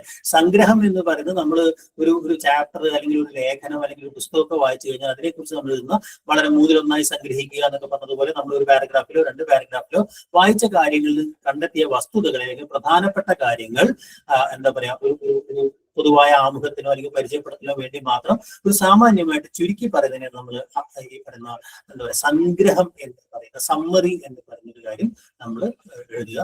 പാരാഫ്രൈസിങ് എന്ന് പറയുന്നത് കുറെ കൂടെ, പരാവർത്തനം എന്ന് പറയുന്നത് ഈ പറയുന്ന കാര്യങ്ങളെ ഒരുപക്ഷെ ആവശ്യമായ വിവരണങ്ങളോ വിശദീകരണങ്ങളോ ചേർത്ത് അല്ലെങ്കിൽ ലളിതമായി വൽക്കരിച്ചോ സന്ദർഭത്തിനനുസരിച്ച് ചെറിയ ചെറിയ വ്യാഖ്യാനങ്ങളൊക്കെ നൽകിക്കൊണ്ട് എഴുതുന്ന ഒരു കുറിപ്പിനെ നമ്മൾ എന്താ പറയാ പരാവർത്തനം അല്ലെങ്കിൽ പാരാഫ്രൈസിങ് എന്ന് പറയും. അപ്പോൾ നമ്മൾ സമ്മറി ഉണ്ട്, പാരാഫ്രൈസിങ് ഉണ്ട്, സംഗ്രഹം, പരാവർത്തനം അല്ലെ. ഇതൊക്കെ നമ്മൾ പലപ്പോഴും പ്രബന്ധത്തിൽ ആവശ്യം വരും. അത് എഴുതുമ്പോൾ നമ്മൾ ഒരു പുസ്തകത്തിന്റെ റിവ്യൂ ഓഫ് ലിറ്ററേച്ചർ ഒക്കെ നമ്മൾ എഴുതുന്ന സമയത്ത്, പൂർവ്വ പഠനങ്ങളൊക്കെ നമ്മൾ എഴുതുന്ന സമയത്ത് നമുക്ക് സംഗ്രഹം എഴുതേണ്ടി വരും, പരാവർത്തനം എഴുതേണ്ടി വരും അല്ലെ.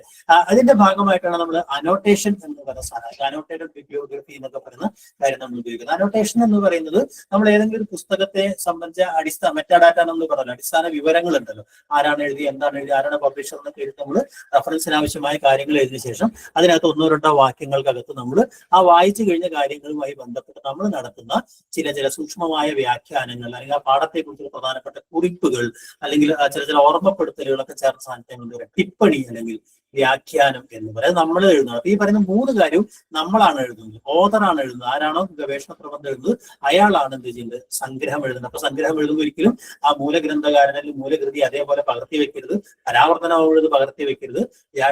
അനോട്ടേറ്റഡ് ബിബ്ലിയോഗ്രഫി പോലെ അനോട്ടേഷൻ ആയാലും നമ്മളത് പകർത്തി വെക്കലില്ല, നമ്മുടേതായ രീതിയിൽ അതിന് സെന്റൻസിനെ മാറ്റിയെടുക്കുന്നതാണ് ആദ്യത്തെ 3 നോട്ടുകളെങ്കിൽ, ആദ്യത്തെ 3 കാര്യങ്ങളെങ്കിൽ.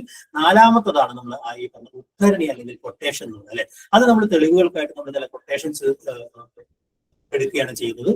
തെളിവുകളായിട്ട് അല്ലെങ്കിൽ ഉദാഹരണങ്ങളൊക്കെ ആയിട്ട് പലപ്പോഴും നമ്മൾ അതിന് കൊട്ടേഷൻസ് എടുക്കുക. അപ്പൊ ആ ഉദ്ധരണി എടുക്കുമ്പോൾ അതിനകത്ത് ഒരു മാറ്റവും വരാതെ എന്താണോ ആ മൂല പാഠം അത് അതേപോലെ പകർത്തി വെക്കുന്നതായിരിക്കണം കൊട്ടേഷൻ എന്ന് പറയുന്നത് അല്ലെ. അപ്പൊ നമ്മുടെ വളരെ എന്താ പറയാ, നമ്മുടെ വാദങ്ങളെ മുന്നോട്ട് കൊണ്ടുപോകുന്ന അല്ലെ, ഈ പറയുന്ന വളരെ മൗലികമായ ഒരു കൊട്ടേഷൻ ആയിരിക്കണം. ആരാണോ ആ പറഞ്ഞ കാര്യം പറഞ്ഞ അയാളുടെ തന്നെ ആയിരിക്കണം, അയാളെ പറ്റി വേറൊരാൾ പറഞ്ഞ കൊട്ടേഷൻ ആവരുത് തുടങ്ങിയ കാര്യങ്ങളുണ്ട്. അതോടൊപ്പം തന്നെ ഈ പറയുന്നതിനൊക്കെ നമ്മൾ സൈറ്റേഷൻ, ഈ പറഞ്ഞ 4 കാര്യങ്ങൾക്ക് നമ്മൾ സൈറ്റേഷൻ കൊടുക്കണം എന്നുള്ള കാര്യം നമ്മൾ നേരത്തെ പറഞ്ഞു.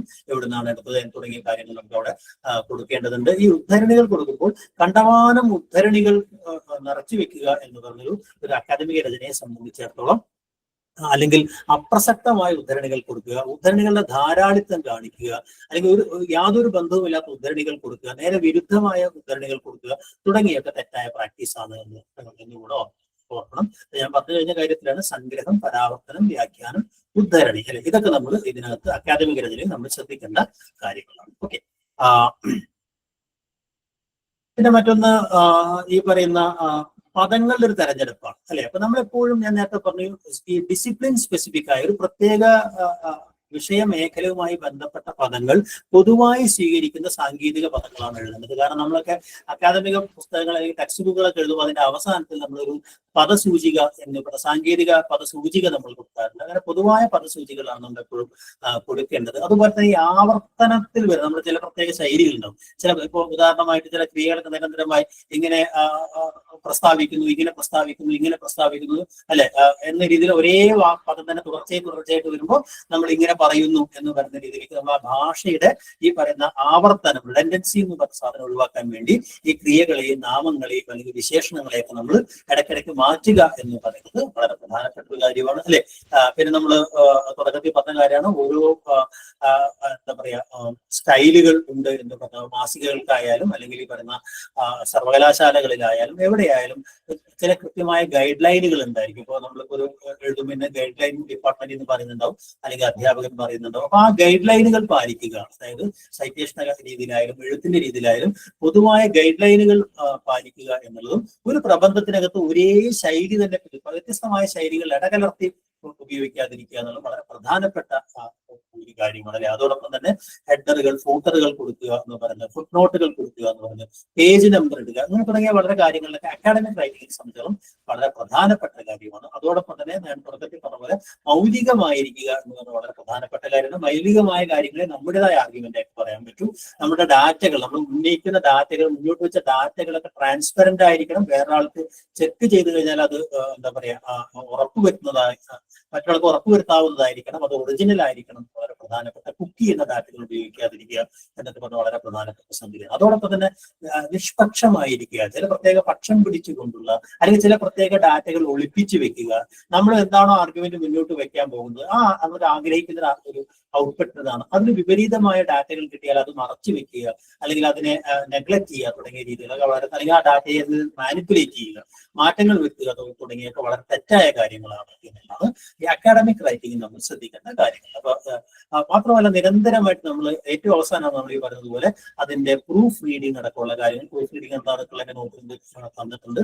അപ്പൊ ഈ പറയുന്ന പലതരം ഡ്രാഫ്റ്റുകൾ തിരുത്തി ഏറ്റവും അവസാനം അതിന്റെ ഭാഷാപരമായ തിരുത്തലുകൾ അല്ലെങ്കിൽ ഈ പറയുന്ന എന്താ പറയാ സ്പെല്ലിംഗ് അല്ലെങ്കിൽ ഗ്രാമാറ്റിക്കൽ എറേഴ്സ്, ടൈപ്പോസ് അല്ലെങ്കിൽ ഫോർമാറ്റിങ്ങിലുള്ള മാറ്റങ്ങളൊക്കെ കറക്റ്റ് ചെയ്യുക എന്നുള്ളതിന്റെ ശൈലീപരമായ തിരുത്തലുകളൊക്കെ 10ാമത് നമ്മൾ ചെയ്യേണ്ട കാര്യങ്ങളാണ്. അപ്പൊ 10 കാര്യങ്ങളാണ് പ്രധാനമായിട്ട് ഞാൻ ഈ അക്കാഡമിക് റൈറ്റിംഗ് നമ്മൾ ശ്രദ്ധിക്കേണ്ട കാര്യങ്ങളെ കുറിച്ച് പറഞ്ഞത്. അപ്പൊ നിങ്ങൾക്ക് ഒരു എസ്സേ ആയിട്ട് ചോദിക്കുകയാണെങ്കിൽ ഇതേ ക്രമത്തിൽ തന്നെ നിങ്ങൾ അക്കാദമിക രചനയിൽ ശ്രദ്ധിക്കേണ്ട കാര്യങ്ങൾ എന്തൊക്കെയാണ് എന്നുള്ളത് ഇതൊക്കെയാണ്. അതോടൊപ്പം തന്നെ ഇത് ആരെയാണ് ഇത് അഭിസംബോധന ചെയ്യുന്നത് എന്നത് വളരെ പ്രധാനപ്പെട്ട കാര്യമാണ്. മിക്കവാറും അത് സ്കോളർലി ആയിട്ടൊരു ആർട്ടിക്കിൾ മിക്കവാറും സ്കോളേഴ്സിനെ അല്ലെങ്കിൽ ആ വിഷയ മേഖലയിൽ ഇടപെടുന്ന ആളുകളെ ആണെന്നുള്ളത്. അതുകൊണ്ട് തന്നെ വളരെ ബേസിക് ആയ ഫാക്ടുകൾ പറയാതിരിക്കുക, ബേസിക് ആയ കാര്യങ്ങൾ പറയാതിരിക്കുക, നീണ്ട ആമുഖങ്ങൾ പറയാതിരിക്കുക, എല്ലാവർക്കും അറിയാവുന്ന കാര്യങ്ങൾ പറയാതിരിക്കുക തുടങ്ങിയപ്പോൾ വളരെ പ്രധാനപ്പെട്ട കാര്യങ്ങളാണ്. അതോടൊപ്പം തന്നെ നിങ്ങൾ ഇടയ്ക്കിടയ്ക്ക് എന്തെങ്കിലുമൊക്കെ പ്രബന്ധത്തിനകത്ത് നമ്മൾ ചില കാര്യങ്ങൾ പറഞ്ഞ് അത് പിന്നീട് ചില ആർഗ്യുമെന്റുകൾ വെച്ച് എന്നാൽ അതിനെ വേണ്ടത്ര വിശദീകരിക്കാതെ വിട്ടുപോവുക എന്ന് പറയുന്നത് തെറ്റായ രീതിയാണ്. ഈ പറഞ്ഞ വേണ്ടത്ര വിശദീകരിക്കാത്ത ആർഗ്യുമെന്റുകൾ അതിൽ നിന്ന് ഒഴിവാക്കുക വളരെ പ്രധാനപ്പെട്ട കാര്യമാണ്. അപ്പോൾ അക്കാദമിക രചനയുടെ ചില തത്വങ്ങൾ എന്ന ചോദ്യത്തിന് ഉത്തരമാണ് ഞാൻ പറഞ്ഞത്. അടുത്തൊരു ടോപ്പിക് എന്ന് പറയുന്നത് ഖണ്ഡിക നമ്മൾ എങ്ങനെ എഴുതണം എന്ന് പറയുന്ന എന്താണ് ഖണ്ഡിക അല്ലെങ്കിൽ ഖണ്ഡികയെ ബന്ധപ്പെട്ട കാര്യങ്ങളാണ്. ഒരു ക്ലാസ് ഞാൻ വിശദീകരിച്ചിട്ടുണ്ടെന്ന് തോന്നുന്നു. പാരഗ്രാഫ് എന്ന് പറയുന്ന സാധനങ്ങളാണ്. ഖണ്ഡിക എന്താണ് എന്നുള്ളത് എങ്ങനെയാണ് നമ്മൾ അക്കാദമിക രചനയ്ക്കകത്ത് ഒരു ഖണ്ഡിക തയ്യാറാക്കുക എന്ന് പറയുന്ന ഒരു കാര്യം. ഈ ഖണ്ഡിക അല്ലെങ്കിൽ ഒരു ഖണ്ഡത്തിന്റെ ഒരു ഖണ്ഡം എന്ന അർത്ഥത്തിലാണ് ഖണ്ഡിക. അതായത് ഒരു വലിയ ഉപന്യാസത്തിന്റെയോ അല്ലെങ്കിൽ വലിയൊരു പാഠത്തിന്റെയോ ഒരു കഷ്ണത്തെയാണ് സ്വകീയമായിട്ടുള്ള സവിശേഷ സ്വഭാവമുള്ള ഒരു ഖണ്ഡത്തെയാണ് നമ്മൾ ഖണ്ഡിക അല്ലെങ്കിൽ പാരഗ്രാഫ് എന്ന് പറയുന്നത്. ഗ്രീക്ക് വാക്കാണ് ഈ എന്താ പറയുക പാരഗ്രാഫോസ് എന്ന് പറയുന്ന ഒരു വാക്കിൽ നിന്നാണ് ഈ പാരഗ്രാഫ് എന്ന് പറയുന്ന. അതായത് മാർക്ക്ഡ് അലോങ് സൈഡ്, ഒരു സൈഡിലേക്ക് മാർക്ക് ചെയ്തു വെച്ചത്, ഒരു വശത്തേക്ക് മാർക്ക് ചെയ്തു വെച്ച വാക്കുകൾ അല്ലെങ്കിൽ വാക്യങ്ങൾ. ഗ്രാഫോസ് എന്ന് പറഞ്ഞു കഴിഞ്ഞാൽ റൈറ്റിംഗ്, എഴുത്ത് എന്നുള്ള അർത്ഥത്തിലാണ് ഗ്രാഫ് എഴുതുക എന്നാണ്.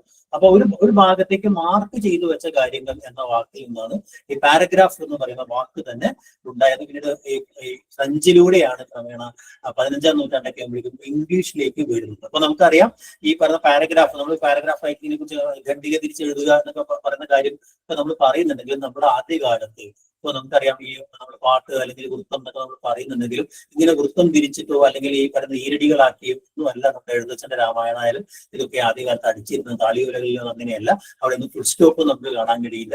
വാക്യങ്ങൾ അങ്ങനെ തന്നെ എഴുതുന്ന രീതിയില്ല. ഖണ്ഡികകൾ എന്ന് പറഞ്ഞൊരു കാര്യം നമുക്ക് കാണാൻ കഴിയില്ല. ഇതൊക്കെ പ്രിന്റിംഗ് ടെക്നോളജി വന്നതിന് ശേഷമാണ്. അച്ചടി കണ്ടുപിടിച്ച് ഏറെ കാലം കഴിഞ്ഞിട്ടാണ് ഈ ഖണ്ഡിക എന്ന് പറയുന്ന നമ്മളൊരു എൻ്റർ, ഹാർഡ് എൻ്റർ അടിച്ചുകൊണ്ട് നമ്മളൊരു സ്പേസ് താഴെ, ഒരു ലൈന് താഴെ നമ്മൾ എഴുതുന്ന ഈ രീതി ഉണ്ടാവുന്നത് വളരെ റിനൈസൻസ് പീരീഡിലാണ്. 15ാം നൂറ്റാണ്ടിലാണ് ഈ പാരഗ്രാഫ് എന്ന് പറയുന്ന ഒരു വാക്കുണ്ടെങ്കിലും അവിടെ പാരഗ്രാഫ് എന്ന് പറയുന്ന വാക്ക് യഥാർത്ഥത്തിൽ ഈ പറയുന്ന ഒരു പ്രത്യേക ഖണ്ഡത്തെ മാർക്ക് ചെയ്യുന്ന ഒരു ചിഹ്നമായിരുന്നു. പാരഗ്രാഫ് മാർക്കിംഗ് എന്ന് പറയും. ആ ഒരു പാരഗ്രാഫിന്റെ നിങ്ങൾ ഫോർമാറ്റിംഗ് എലമെന്റ് കാണാം. ഈ ചിഹ്നം എഴുതുന്നതിനെയാണ് ഒരു ചിഹ്നമായിരുന്നു, കുത്തുകോമ പോലെ ഒരു ചിഹ്നമായിരുന്നു പാരഗ്രാഫ് എന്ന് പറയുന്നത്. അതിലെ ഒരു ഖണ്ഡമായിട്ട് വാക്യങ്ങളുടെ ഒരു ഖണ്ഡം എന്ന അർത്ഥത്തിലേക്ക് വരുന്നത് വളരെ കാലം കഴിഞ്ഞിട്ട്. അപ്പൊ ആദ്യകാലത്ത് ഓറൽ ഈ വാമൊഴി സംസ്കാരത്തിനകത്തൊന്നും ഖണ്ഡികയൊന്നുമില്ലല്ലോ. അങ്ങനെ നിരന്തരമായി പറഞ്ഞു പോവുക എന്ന് പറയുന്ന രീതിയാണ്. ഒരിക്കലും നമുക്ക് അങ്ങനത്തെ ഒരു കണ്ടിന്യൂസ് സ്ക്രിപ്റ്റ് എന്നല്ലാതെ വേർതിരിച്ച് എഴുതുന്ന രീതി ഉണ്ടായിരുന്നില്ല എന്ന് ഞാൻ നേരത്തെ പറയുണ്ടായി. ഈ ഒരു എൻലൈറ്റ്മെന്റ് പീരീഡിലാണ്, അതായത് അച്ചടി ഉണ്ടാവുകയും പ്രത്യേകിച്ച് സ്കോളർലി റൈറ്റിംഗ് അല്ലെങ്കിൽ പണ്ഡിത രചനകൾ ഉണ്ടാകുന്ന കാലത്താണ്, അക്കാദമിക രചന വന്നപ്പോഴാണ് നമുക്ക് ഈ ആർഗ്യുമെന്റേറ്റീവ് സ്വഭാവത്തിലുള്ള റൈറ്റിങ്ങുകൾ അല്ലെങ്കിൽ യുക്തിപൂർണമായിട്ടുള്ള ഈ പ്രബന്ധങ്ങൾ പോലുള്ള കാര്യങ്ങൾ വരുന്നതോടുകൂടിയാണ് ഈ ഏജ് ഓഫ് എൻലൈറ്റ്മെന്റിന് ശേഷമാണ് ഖണ്ഡിക എന്ന് പറയുന്ന ഒരു സാധനം ഉണ്ടാവുന്നത്. ഓക്കെ, അപ്പോ ഫ്രാൻസിസ് ബേക്കനെ പോലുള്ള ആളുകൾ, അല്ലെങ്കിൽ നിങ്ങൾ പഠിച്ചിട്ടുണ്ട് മറ്റേ ലിറ്റററി ഗെയിമിലൊക്കെ നിങ്ങൾ പഠിച്ചത് സാമുവൽ ജോൺസൺ അല്ലെ, ഇങ്ങനെയുള്ള ആളുകളാണ്. ഫ്രാൻസിസ് ബേക്കനും സാമുവൽ ജോൺസൺ ഒക്കെയാണ് ഈ പ്രോസ് എന്ന് പറയുന്ന സാധനത്തെ മുന്നോട്ട് കൊണ്ടുവരുന്നത്. അപ്പൊ അങ്ങനെ സവിശേഷമായ ഒരു പ്രോസിനെ സംബന്ധിച്ച ആലോചനകളൊക്കെ ഉണ്ടാവുന്ന ഘട്ടത്തിലാണ് ഈ പറയുന്ന എന്താ പറയാ 17ാം നൂറ്റാണ്ടിനൊക്കെ ശേഷമാണ് യഥാർത്ഥത്തിൽ ഖണ്ഡിക എന്ന് പറയുന്ന ഒരു സംഗതി തന്നെ ഉണ്ടാവുന്നത് എന്നുള്ളത് നമുക്കറിയാം അല്ലെ. പിന്നീട് ജേർണലിസം പോലുള്ള കാര്യങ്ങളൊക്കെ വരുമ്പോഴാണ്, അല്ലെങ്കിൽ പത്ര മാധ്യമങ്ങൾ പഠിക്കുമ്പോൾ നിങ്ങളത് ഇൻവെർട്ടഡ് പിരമിഡ് എന്നൊക്കെ പറയുന്ന വാക്കുകളൊക്കെ നിങ്ങൾ കേട്ടിട്ടുണ്ടാവും. അപ്പൊ അങ്ങനെയുള്ള ഇൻവെർട്ടഡ് പിരമിഡ് സ്റ്റൈലിലൊക്കെ പാരഗ്രാഫ് റൈറ്റിംഗ് ഉണ്ടാവുക. പാരഗ്രാഫ് റൈറ്റിംഗ് എങ്ങനെയാണ് ചെയ്യേണ്ടത് എന്നുള്ള സംബന്ധിച്ച പഠനങ്ങളൊക്കെ അല്ലെങ്കിൽ ഗൈഡ് ലൈനുകളൊക്കെ ഉണ്ടാവുന്നത് അതിനുശേഷമാണ്. എന്നാൽ അക്കാഡമിക് റൈറ്റിങ്ങിനെ സംബന്ധിച്ചിടത്തോളം അല്ലെങ്കിൽ അത്തരം ഓരോ കണ്ടന്റ് റൈറ്റിംഗിന്റെ ക്രിയേറ്റീവ് റൈറ്റിംഗിന്റെ ഒക്കെ മേഖലയിൽ ഇന്ന് ഖണ്ഡിക എന്ന് പറഞ്ഞ് വളരെ പ്രധാനപ്പെട്ട ഒരു കാര്യം അല്ലെ. ഒരു ഖണ്ഡികയുടെ ഘടന എന്താണെന്ന് ഞാൻ ഒരു ക്ലാസ്സിൽ പറഞ്ഞിട്ടുണ്ട്. പറഞ്ഞിട്ടുണ്ട്. ഏത് ഖണ്ഡികയ്ക്കും ഒരൊറ്റ വാക്യമാണ് പ്രധാനമായിട്ട് വരിക. അതിനുള്ള ടോപ്പിക് സെന്റൻസ് അല്ലെങ്കിൽ വിഷയവാക്യം എന്ന് പറയും. അല്ലെ, ഒരു ഖണ്ഡികയ്ക്കകത്ത് ഒരു വിഷയമേ പാടും. ഒന്നിലധികം വിഷയങ്ങൾ, ഒന്നിലധികം ആശയങ്ങൾ ഒരു ഖണ്ഡികയ്ക്കകത്ത് വരാൻ പാടില്ല എന്നാണ് ഖണ്ഡികയെ സംബന്ധിച്ച്. ഖണ്ഡികയ്ക്ക് എത്ര വലുപ്പമാവാം തുടങ്ങിയ എന്താ പറയാ ഒരുപാട് വ്യത്യസ്തമായ വാദങ്ങളൊക്കെ ഉണ്ട്. പക്ഷെ ചെറിയ ഖണ്ഡികകളും വലിയ ഖണ്ഡികകളും ആവും. പക്ഷെ ഒരു ഖണ്ഡികയെ സംബന്ധിച്ചിടത്തോളം ഒരു ആശയം മാത്രമാണ് ഒരു ഖണ്ഡികയിൽ പറയുക എന്നാണ് ഏറ്റവും പ്രധാനപ്പെട്ട കാര്യം. ആ ആശയം എന്താണോ, പ്രധാനപ്പെട്ട ആശയം എന്താണോ, അല്ലെങ്കിൽ മുഖ്യവാക്യം എന്താണോ, അത് ആദ്യം എഴുതുക എന്നതാണ് അക്കാഡമിക രചനയുടെ അല്ലെങ്കിൽ ഈ പറഞ്ഞ രീതി. അപ്പൊ ആ ഒരു ഇതുമായി ബന്ധപ്പെട്ടാണ് 3 4 പരമാവധി 4 വാക്യങ്ങളാണ് താഴേക്ക് വരിക. അത് 3 4 വാക്യങ്ങളാണെങ്കിൽ ആ വാക്യങ്ങൾ എന്ന് പറയുന്നത് അനുബന്ധ വാക്യങ്ങൾ അല്ലെങ്കിൽ സഹായക വാക്യങ്ങൾ, കോംപ്ലിമെന്ററി സെന്റൻസസ് എന്ന് പറയുന്ന സെന്റൻസ് ആയിരിക്കും. അതായത് നേരത്തെ പറഞ്ഞ വാക്യത്തെ നമ്മളൊന്നുകൂടെ ലളിതമായിട്ട് വിവരിക്കുന്നതായിരിക്കാം, അല്ലെങ്കിൽ നമ്മൾ ഏതെങ്കിലും തരത്തിൽ ആ പറയുന്ന വാക്യത്തിന് ചില ഉദാഹരണങ്ങൾ കൊടുക്കുന്നതായിരിക്കാം, അല്ലെങ്കിൽ എന്താ പറയാ അതുമായി ബന്ധപ്പെട്ട ഒരു വിശദീകരണമായിരിക്കാം, അല്ലെങ്കിൽ ഈ പറയുന്ന ഒരു കാര്യത്തെ സമർത്ഥിക്കുന്നതിനാവശ്യമായി വേറൊരാളുടെ ഉദ്ധരണി ആയിരിക്കാം. അല്ലെ, ഇങ്ങനെയുള്ള കാര്യങ്ങളൊക്കെ എന്താവാം ഈ പറയുന്ന എന്താ പറയാ ഒരു പാരഗ്രാഫിന്റെ ഈ കോംപ്ലിമെന്ററി സെന്റൻസുകളായിട്ട് വരാം എന്നുള്ള ഒരു കാര്യത്തെ ഒന്നും കൂടെ ഒക്കെ നമ്മൾ വിശദമായിട്ട് വിശദീകരിക്കാൻ പറ്റും. അതുമായി ബന്ധപ്പെട്ട നമ്മുടെ ചില നിരീക്ഷണങ്ങൾ അതിനകത്ത് പങ്കുവയ്ക്കാൻ പറ്റും. അതിനോടുള്ള ചില വിമർശനങ്ങൾ നമുക്ക് ഉന്നയിക്കാൻ പറ്റും. അതുമായി ബന്ധപ്പെട്ട തെളിവുകൾ അവിടെ നിരത്താൻ പറ്റും. അതുമായി ബന്ധപ്പെട്ട ഉദാഹരണങ്ങൾ പറയാൻ പറ്റും. അല്ലെങ്കിൽ നേരെ വിപരീതമായ മറ്റൊരാശയത്തെ കൊണ്ടുവന്ന് അതിനെ ചോദ്യം ചെയ്യാൻ പറ്റും. ഇതൊക്കെയാണ് അനുബന്ധ വാക്യങ്ങൾ പറയാം. പക്ഷെ എപ്പോഴും ആ പറയുന്ന ടോപ്പിക് സെന്റൻസ് ആയിരിക്കും ഏറ്റവും പ്രധാനം. അല്ലെ, അങ്ങനെ ഒരു പ്രധാനപ്പെട്ട വാക്യം, അതിന് താഴെ 3 4 വാക്യങ്ങൾ, ഒന്നിലധികം വാക്യം ഉണ്ടെങ്കിൽ തന്നെ ഖണ്ഡികയാവും എന്നുള്ളത്. ചിലർക്ക് ഒറ്റ വാക്യം മാത്രമായിട്ട് ഖണ്ഡിക ഉണ്ടാണ്. പക്ഷെ ഒന്നിലധികം വാക്യം എന്നാണ് സാമാന്യമായിട്ട് പറയാം. അതിനകത്തുള്ള ഏറ്റവും അവസാനത്തെ വാക്യം, ക്ലോസിംഗ് സെന്റൻസ് എന്ന് പറയുന്നത് അതിന്റെ കൺക്ലൂഷൻ, ഒരു സംഗ്രഹവാക്യം ഉണ്ടായിരിക്കണം. അല്ലെ, ഞാൻ പറഞ്ഞ കാര്യങ്ങളിൽ നിന്ന് നമ്മളൊരു നിലപാട് അല്ലെങ്കിൽ നമ്മുടേതായ ഒരു കാഴ്ചപ്പാട് ഒരു വസ്തുതയിൽ അവസാനിപ്പിക്കുന്ന, ഒരു നിഗമനത്തിൽ അവസാനിപ്പിക്കുമ്പോൾ ഒരു മുഖ്യവാക്യം ഉണ്ടാവുന്നു, അതിന് താഴെ 2 3 കോംപ്ലിമെന്ററി സെന്റൻസുകൾ അല്ലെങ്കിൽ അനുബന്ധ വാക്യങ്ങൾ ഉണ്ടാവുന്നു, ഒരു സംഗ്രഹവാക്യം ഉണ്ടാകും. ഇതാണ് എല്ലാ ഖണ്ഡികകളുടെയും ഒരു പൊതുഘടന. ഖണ്ഡിക എന്താന്ന് ചോദിച്ചാൽ, അല്ലെങ്കിൽ ഖണ്ഡികയുടെ ഘടന എന്താന്ന് ചോദിച്ചാൽ അതുമായി ബന്ധപ്പെട്ട് ഓർക്കേണ്ട 3 കാര്യങ്ങളേ ഉള്ളൂ. 3 ഭാഗങ്ങളാണ് ഒരു ഖണ്ഡികയ്ക്ക് ഉണ്ടാവുക എന്ന് പറയുന്ന ഒരു കാര്യം. Okay, topic sentence, supporting sentence, concluding sentence, അങ്ങനെ 3 സെന്റൻസ് ആണ് ഉണ്ടാവുക എന്നുള്ളതാണ് ഏറ്റവും പ്രധാനപ്പെട്ട കാര്യം. എന്തൊക്കെയാണ് ഖണ്ഡികയിൽ നമ്മൾ ശ്രദ്ധിക്കേണ്ടത്? നേരത്തെ പറഞ്ഞ പോലെ ഒരു ഏകരൂപത ഉണ്ടായിരിക്കണം, യൂണിറ്റി ഉണ്ടായിരിക്കണം എന്ന് വളരെ പ്രധാനപ്പെട്ട. അത് എല്ലാ സെന്റൻസുകളും ഒരു പാരഗ്രാഫിലെ എല്ലാ വാക്യങ്ങളും ആ മെയിൻ സെന്റൻസിന് അല്ലെങ്കിൽ ടോപ്പിക് സെന്റൻസുമായി ബന്ധപ്പെട്ട കാര്യങ്ങളായിരിക്കണം. അല്ലാത്ത വാക്യങ്ങൾ, അപ്പൊ എഡിറ്റിംഗ് എന്ന് പറയുന്ന ടോപ്പിക്കിനകത്തൊക്കെ നമ്മൾ അത് ശ്രദ്ധിക്കുക. ഒരു പാരഗ്രാഫ് എഡിറ്റ് ചെയ്യുന്ന സമയത്ത് ആ പറയുന്ന മുഖ്യമായ വാക്യം ആദ്യം തന്നെ എഴുതിയിട്ടുള്ളൂ, ഏറ്റവും അവസാനം എഴുതരുത് എന്നുള്ളത്. അല്ലെ, അതിനെ നമ്മൾ ഇൻവെർട്ടഡ് പിരമിഡ് സ്റ്റോറി എന്ന് പറയാം. ഇൻവെർട്ടഡ് പിരമിഡ് ഘടന നിങ്ങളത് മീഡിയ സ്റ്റഡീസിൽ അത് പഠിച്ചിട്ടുണ്ട്, മാധ്യമ പഠനത്തിൽ അത് പഠിച്ചിട്ടുണ്ടാവും ഞാൻ വിചാരിക്കുന്നു. അല്ലെ, അപ്പൊ നമ്മൾ ഇൻവെർട്ടഡ് പിരമിഡ് ഘടനയായിരിക്കും. എന്താ ഇൻവെർട്ടഡ് പിരമിഡ് ഘടന എന്ന് പറഞ്ഞു കഴിഞ്ഞിട്ടുണ്ടെങ്കിൽ ഒരു വാർത്ത എഴുതുമ്പോൾ നമ്മൾ എങ്ങനെ എഴുതണം എന്നുള്ളതിനെ സംബന്ധിച്ച് നമ്മൾ പറയും ഒരു ടൈറ്റിൽ എഴുതണം. അല്ലെ, ക്യാച്ചി ആയ ടൈറ്റിൽ എഴുതണം. അത് പൂർണ്ണമായ വാക്യം ആവണമെന്നില്ല. എന്താണോ കാര്യം അത് നേരിട്ട് പറയുക, ക്രിയയ്ക്ക് പ്രാധാന്യം ഉണ്ടാവണം. അല്ലെ, അതിനുശേഷം നമ്മൾ ലീഡ് എന്ന് പറയുന്ന ആദ്യം, അല്ലെ, ലീഡ് എന്ന് വെച്ചാൽ ഒരു ലീഡ് എന്നാണ് ജേർണലിസത്തിനകത്ത് പറയാം. അല്ലെ, ലീഡ് ആയിരിക്കണം അതിന്റെ അടുത്ത വാക്യം എന്ന് വെച്ചാൽ എന്താണ് ആ വാർത്തയുടെ ഏറ്റവും പ്രധാനപ്പെട്ട ആശയങ്ങൾ, അതല്ല, അത് ഏറ്റവും അവസാനമല്ല അത് എഴുതേണ്ടത്. അവസാനം എഴുതുമ്പോൾ അത് ഹ്യൂമൻ ഇൻട്രസ്റ്റ് സ്റ്റോറി എഴുതുന്നത്. അല്ലെ, ഇപ്പൊ നമ്മൾ ഒരുപാട് കാര്യങ്ങൾ കഴിഞ്ഞിട്ട് പറയും ഈ പറയുന്ന കാര്യങ്ങൾ ഒരു മനുഷ്യനെ കുറിച്ചല്ല, ഇന്ന ടിപ്പു എന്ന് പറയുന്ന പട്ടിയെ കുറിച്ചാണ് എന്നൊക്കെ പറഞ്ഞാൽ അപ്പൊ ആളുകൾക്ക് ഒരു തമാശ, ഇതുവരെ പറഞ്ഞ കാര്യങ്ങളൊക്കെ നേരെ തിരിഞ്ഞു വരും. അല്ലെ, അത്തരം സംഗതികളല്ല, മറിച്ച് നമുക്കറിയാം ഈ 4W and 1H എന്ന് പറയുന്ന ഒരു കാര്യമാണ് ന്യൂസിനെ സംബന്ധിച്ച്, വാർത്തയെ സംബന്ധിച്ച് ഏറ്റവും പ്രധാനം എന്ന് എനിക്കറിയാം. അപ്പൊ അത് എവിടെയാണ്, ആരാണ്, ആരെ, എപ്പോൾ, എന്ത്, അല്ലെ, തുടങ്ങിയ അല്ലെ കാര്യങ്ങൾ, അല്ലെ, ഹൂ, വെൻ, വിച്ച്, വാട്ട്, അല്ലെ, വൈ തുടങ്ങിയ കാര്യങ്ങളുണ്ട്. അപ്പൊ ആ ഒരു Wയും അതോടൊപ്പം തന്നെ ഹൗ എന്നുള്ള കാര്യം ചേർത്ത ഒരു വാർത്ത കേൾക്കുമ്പോൾ നമ്മുടെ മനസ്സിലുണ്ടാവുന്ന ആകാംക്ഷയെ പൂരിപ്പിക്കുന്ന പ്രധാനപ്പെട്ട ചോദ്യങ്ങൾക്കെല്ലാം ഉത്തരം നൽകുന്ന ഒരു വാക്യത്തെയാണ് നമ്മൾ ലീഡ് എന്ന് പറയാം. അല്ലെ, ഇത് തന്നെയാണ് നമ്മുടെ മുഖ്യവാക്യത്തിന്റെ പ്രത്യേകത എന്നത്. അതിനുശേഷം അതിന്റെ ബാക്കി കാര്യങ്ങൾ വിശദീകരിക്കുന്നതായിരിക്കും അതിന്റെ താഴേക്ക് എഴുതേണ്ടത്. അല്ലെ, ഇതിന്റെ ഏറ്റവും അവസാനം അതിന്റെ കൺക്ലൂഡ്, അതാണ് ഇൻവെർട്ടഡ് പിരമിഡ്. അതുമായി ബന്ധപ്പെട്ട അനുബന്ധ കാര്യങ്ങളൊക്കെയാണ് നമ്മൾ ഏറ്റവും അവസാനം എഴുതുന്നത്. ഇതാണ് ഇൻവെർട്ടഡ് എഗ്രിമെന്റിന്റെ ഒരു ഘടന എന്ന് പറയുന്നത്. ആ ഘടന തന്നെയാണ് പാരഗ്രാഫുകളിലും മൊത്തം പ്രബന്ധത്തിൽ ഉണ്ടാവുക എന്ന് പറഞ്ഞാൽ നമ്മൾ എപ്പോഴും ശ്രദ്ധിക്കേണ്ട ഒരു കാര്യമാണ്. പിന്നെ മറ്റൊന്ന്, ഈ പറയുന്ന വാക്യങ്ങൾ തമ്മിൽ ഒരു കൊഹറൻസ് അല്ലെങ്കിൽ ഒരു ചേർച്ച, ഒരു ഇണക്കം ഉണ്ടാവുക എന്ന് പറയുന്നത് വളരെ പ്രധാനപ്പെട്ട കാര്യമാണ്. അതോടൊപ്പം തന്നെ ഏറ്റവും പ്രധാനപ്പെട്ട മറ്റൊരു തത്വം എന്ന് പറയുന്നത്, മൂന്നാമത്തെ തത്വം എന്ന് പറയുന്നത് വേണ്ട രീതിയിൽ ഈ ആശയങ്ങളെ വികസിപ്പിക്കുക എന്ന് പറയുന്നത്. വെറുതെ ഒരു ആശയം പറഞ്ഞു പോയി വേണ്ടത്ര തെളിവുകൾ നൽകാതെ, ഉദാഹരണങ്ങൾ നൽകാതെ ഒരു സിദ്ധാന്തം വെറുതെ അങ്ങ് പറഞ്ഞു പോവുക, ഒരു വിചാരം വെറുതെ പറഞ്ഞു പോകുന്നല്ല, കൃത്യമായ വിവരണത്തോടുകൂടി, കൃത്യമായ ഉദാഹരണത്തോടുകൂടി അല്ലെങ്കിൽ വിമർശനത്തോടുകൂടി അതിനെ പ്രസന്റ് ചെയ്യുക എന്ന്. അഡിക്വേറ്റ് ഡെവലപ്മെന്റ് എന്ന് പറയുന്നത് കൃത്യമായിട്ടും അത് ഫുള്ളായിട്ട് ഡെവലപ്പ് ചെയ്യുക എന്ന് പറയുന്നത് വളരെ പ്രധാനപ്പെട്ട ഒരു കാര്യമാണ് അല്ലെ. പിന്നെ ഈ പറഞ്ഞതുപോലെ ഒരേ കാര്യം തന്നെ രണ്ടു തവണ ആവർത്തിക്കാതിരിക്കുക. ആ കൺസൈസ്നെസ് എന്ന് പറയുന്ന ഒരു യുക്തിയോടെ ഒരു കാര്യം പറയുമ്പോൾ ഉണ്ടാവുന്ന ഒരു ഒതുക്കവും ചുരുക്കവും ഉണ്ടാവുക എന്ന് പറയുന്നത്. പിന്നെ എന്താണോ ഉറപ്പിക്കേണ്ടത് ആ കാര്യത്തിൽ ഉറപ്പിച്ചുകൊണ്ടാണ് സംഗ്രഹവാക്യം എഴുതുന്നത്. ആ പാരഗ്രാഫ് വെച്ചാൽ കുറെ കാര്യങ്ങൾ ഇങ്ങനെ പറഞ്ഞിരിക്കുന്നു, അവയ്ക്ക് തമ്മിൽ അവസാനം നമുക്കൊരു കൃത്യമായ നിഗമനത്തിലെത്തുന്നില്ല എന്നുള്ള കാര്യം വരുന്നത്. ആ ഇമ്പോർട്ടന്റ് ആയ ഐഡിയയെ ഉറപ്പിക്കുന്ന രീതിയിൽ, ഹൈലൈറ്റ് ചെയ്യുന്ന രീതിയിലായിരിക്കണം അതിന്റെ സംഗ്രഹവാക്യം എഴുതുക എന്നുള്ളത് അല്ലെ. അതോടൊപ്പം തന്നെ അതിന്റെ ലെങ്ത് എന്ന് പറഞ്ഞാൽ വളരെ ലെങ്ത് ആയി 2-3 പേജ് നീളമുള്ള വാക്യ എന്താ പറയുക പാരഗ്രാഫുകൾ എഴുതാതിരിക്കുക എന്നൊക്കെ പറയുന്നത് വളരെ പ്രധാനപ്പെട്ട കാര്യമാണ്. ആ ശൈലി കൃത്യമായി പാലിക്കുക എന്ന് പറയുന്നത് വളരെ പ്രധാനപ്പെട്ട ഒരു കാര്യമാണ്. ഇതാണ് ഒരു പാരഗ്രാഫ് റൈറ്റിങ്ങിനെ സംബന്ധിച്ച് ഏറ്റവും പ്രധാനപ്പെട്ട കാര്യം എന്ന് പറയുന്നത് അല്ലെ. ഒരു അക്കാഡമിക് റൈറ്റിംഗ് എന്ന് പറയുന്നതിനകത്ത് നമുക്ക് 3 മുതൽ 5 വരെ വാക്യങ്ങൾ, അല്ലെങ്കിൽ 100 തൊട്ട് 200 വരെ വാക്കുകളാണ് അക്കാദമിക രചനയ്ക്കകത്ത് ഒരു പാരഗ്രാഫിന്റെ ലെങ്ത് എന്ന് പറയുന്നത്, നീളം എന്ന് പറയുന്നത് അല്ലെ. എന്നാൽ ഒരു ജേർണലിസ്റ്റിക് റൈറ്റിംഗിലാണെങ്കിൽ അത് 30 മുതൽ 50 വരെ വാക്കുകൾ, അല്ലെങ്കിൽ 1-2 വാക്യങ്ങൾ മാത്രമേ ഈ ജേർണലിസ്റ്റ്, കാരണം നമുക്ക് വളരെ പെട്ടെന്ന് ആ വാക്യങ്ങൾ വായിച്ചുകൊണ്ട് ഹെഡ്ലൈൻ സ്കാനേഴ്സ് എന്നൊക്കെ പറഞ്ഞാൽ പെട്ടെന്ന് പേപ്പർ വായിച്ചു നമുക്ക് കാര്യങ്ങൾ മനസ്സിലാക്കുക, അല്ലെങ്കിൽ ഇന്റർനെറ്റിലൊക്കെ നമ്മൾ വരുന്ന വെബ് എഴുത്തിലൊക്കെ വരുമ്പോൾ നമുക്ക് പെട്ടെന്ന് തന്നെ കാര്യങ്ങൾ മനസ്സിലാക്കുക എന്നുള്ള രീതിയിൽ വളരെ നീളമുള്ള പാരഗ്രാഫുകൾ അവിടെ വരാതിരിക്കുക. പരമാവധി 2 സെന്റൻസുകളൊക്കെയാണ് ജേർണലിസ്റ്റിക് റൈറ്റിംഗിൽ വരിക എന്നുള്ളത് അല്ലെ.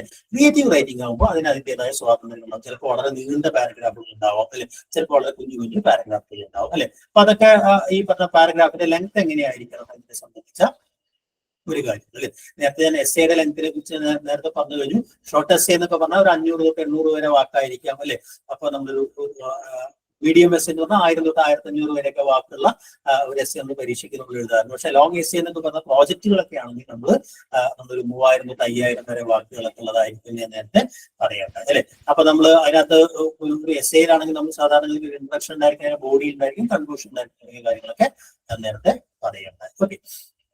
റിസർച്ച് ആർട്ടിക്കിളിനെ സംബന്ധിച്ചാണെങ്കിൽ നമുക്ക് പൊതുവെ ഈ 3000 തൊട്ട് 5000 വരെ വാക്കുകളുള്ള ഒരു പ്രബന്ധമാണ്. നേരത്തെ എസ്സേയുടെ കാര്യങ്ങൾ പറഞ്ഞ പോലെ തന്നെ അങ്ങനെയാണ് അത് എഴുതേണ്ടത് അല്ലെ. അതിനകത്ത് ഒരു അബ്സ്ട്രാക്ട് എന്ന് പറയുന്നത് ഞാൻ നേരത്തെ പറഞ്ഞു കഴിഞ്ഞു, ഒരു 150 തൊട്ട് 250 വരെ വാക്കുകളാണ് ഒരു അബ്സ്ട്രാക്റ്റിൽ എഴുതാറുള്ളത്.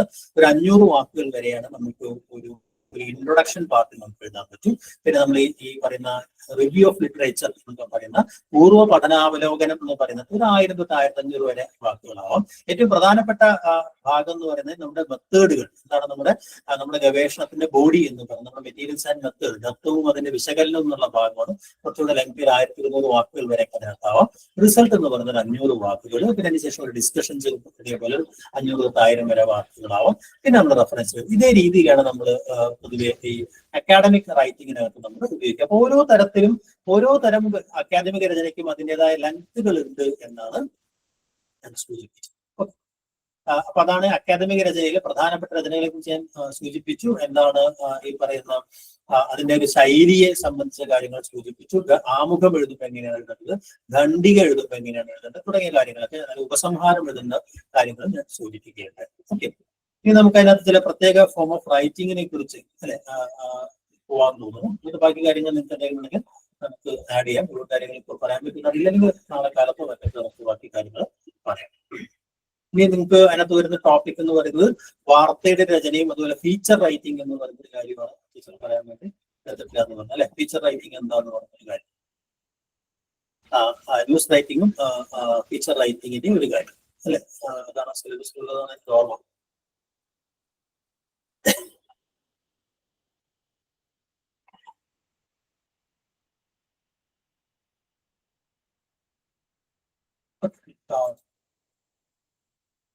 ന്യൂസ് റൈറ്റിങ്ങിനെ കുറിച്ച് ഞാൻ കുറച്ച് കാര്യങ്ങളൊക്കെ നേരത്തെ പറഞ്ഞു കഴിഞ്ഞു. അല്ലെ, ഒരു വാർത്ത എന്ന് പറഞ്ഞൊരു വിവരത്തെ അറിയിക്കുക എന്ന് പറയുന്ന ഒരു ലക്ഷ്യമാണുള്ളത്.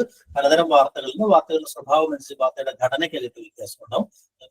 മാധ്യമ പഠനത്തിൽ നിന്നും കൃത്യമായിട്ട് പഠിച്ചതാണ്. ഇൻവെർട്ടഡ് പിരമിഡ് ഘടനയിലായിരിക്കുന്ന ഒരു വാർത്ത, അതായത് ഏറ്റവും പ്രധാനപ്പെട്ട കാര്യം അല്ലെ, ഈ ആകാംക്ഷയെ ഇങ്ങനെ കൂട്ടി കൊണ്ടുവന്ന് അതിനെ എത്തിക്കുന്ന ഒരു തരം ക്രിയേറ്റീവ് റൈറ്റിംഗിന്റെ രീതിയില്ല, മറിച്ച് ആദ്യ ഘട്ടത്തിൽ തന്നെ ആകാംക്ഷയെ, തലക്കെട്ടിൽ തന്നെ വേണമെങ്കിൽ ആകാംക്ഷയെ ഉയർത്തി, അല്ലെങ്കിൽ ആ ലീഡ് എന്ന് പറയുന്നത് നമ്മൾ കുറച്ചുകൂടെ ബോൾഡായിട്ട് മുകളിൽ കൊടുക്കുന്ന വാർത്തയുടെ സംഗ്രഹം മുകളിൽ കൊടുക്കുക, അതിനാണ് ലീഡ് എന്ന് പറയാം. ആ ലീഡിനകത്ത് നമ്മൾ ഓപ്പണിംഗ് പാരഗ്രാഫ് എന്ന് പറയുന്ന സാധനം, ഒരു വാർത്തയുടെ ഓപ്പണിംഗ് പാരഗ്രാഫിനെയാണ് നമ്മൾ ലീഡ് എന്ന് പറയുക. അപ്പൊ തലക്കെട്ട് ഉണ്ടായിരിക്കണം.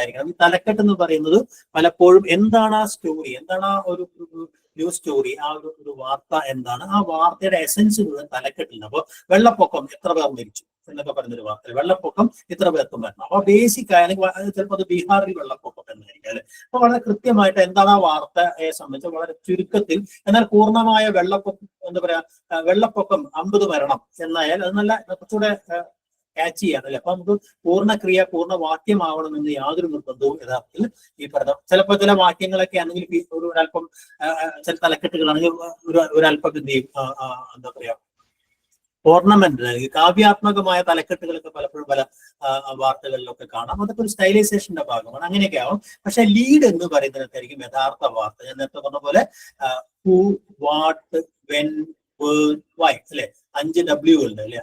ആര് അല്ലെ, എന്ത് അല്ലെ, എപ്പോൾ, എവിടെ, എങ്ങനെ, എന്തുകൊണ്ട് അല്ലെ, ഹൗ, എങ്ങനെ, ഇത്രയും കാര്യങ്ങളാണ് ഈ പറഞ്ഞ 5W1H എന്ന് പറയുന്ന കാര്യങ്ങൾക്ക് ഉത്തരം പറയുന്ന രീതിയിൽ ഒരു പൂർണ്ണ വാക്യമായിരിക്കണം അതിന്റെ.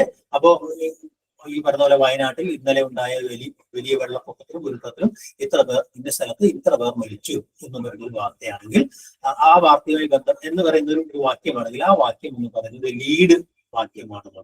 പിന്നെ അതിനുശേഷം നമുക്ക് ഈ പറഞ്ഞ വിസ്തരിച്ച് വായിക്കാൻ ക്ഷമയുള്ള ആളുകൾക്ക്, അല്ലെങ്കിൽ ഇതിനെ കുറിച്ച് ഡീറ്റെയിൽസ് അറിയണം എന്നുള്ള ആളുകൾക്കുള്ള കാര്യങ്ങളാണ് ബോഡി എന്ന് പറയുന്ന ഭാഗത്ത് അതിന്റെ മറ്റ് വിശദാംശങ്ങൾ നമ്മൾ നൽകും. അതെല്ലാം ഡിസെൻഡിങ് ഓർഡറിലാണ് നമ്മൾ എപ്പോഴും കൊടുക്കുക. ഇമ്പോർട്ടൻസിന്റെ അല്ല, ഏറ്റവും പ്രധാനപ്പെട്ട കാര്യങ്ങൾ ആദ്യം പറഞ്ഞ് ഏറ്റവും അപ്രധാനമായ കാര്യങ്ങൾ അവസാനത്തേക്ക് വെക്കുന്ന രീതിയിൽ ഒരു ഡിസെൻഡിങ് ഓർഡറിലായിരിക്കണം അല്ലെ ഈ പറയുന്ന പ്രധാന കാര്യങ്ങൾ ഈ പൂർവാപര ക്രമത്തിലാണ് ഒതുക്കി വെക്കുക എന്നുള്ളത് വളരെ പ്രധാനപ്പെട്ട ഒരു കാര്യമാണ്. അതോടൊപ്പം തന്നെ ചില സ്റ്റേറ്റ്മെന്റുകൾ അല്ലെ പ്രസ്താവനകളൊക്കെ അവിടെ എഴുതുക അല്ലെ. പിന്നെ നമ്മൾ ഈ പറഞ്ഞ പോലെ ഒരു സ്റ്റോറിക്ക് കൊടുക്കുന്ന പോലുള്ള കൺക്ലൂഷൻസ് ഒക്കെ കൊടുക്കുന്നതിന് പകരം ആ വാർത്തയെ സംബന്ധിച്ച പൊതുവായ കാര്യങ്ങൾ പറഞ്ഞ് നിർത്തുന്ന രീതിയിലാണ് ഈ പറയുന്ന ന്യൂസ് ഉണ്ടാവുകയാണെങ്കിൽ ഫീച്ചർ എന്ന് പറഞ്ഞ് വളരെ വ്യത്യസ്തമായിട്ടുണ്ട്. ഈ ന്യൂസും ഫീച്ചറുകളും നമ്മുടെ മാധ്യമങ്ങളിലൊക്കെ നിരന്തരമായിട്ട് വരാറാണ്. പ്രിന്റ് മീഡിയയിലായാലും അതുപോലെ തന്നെ നമ്മുടെ വെബ് മീഡിയയിലായാലും ടെലിവിഷൻ മീഡിയയിലും ഈ പറയുന്ന 2 ഫീച്ചറുകളും ഉണ്ടാവാറുണ്ട്. ഈ ന്യൂസ് അവറുകൾ പോലെയുള്ള ന്യൂസ് പ്രസന്റേഷൻസ് പോലുള്ള കാര്യങ്ങളൊക്കെ ഉണ്ടാവാറുണ്ട് അല്ലെ.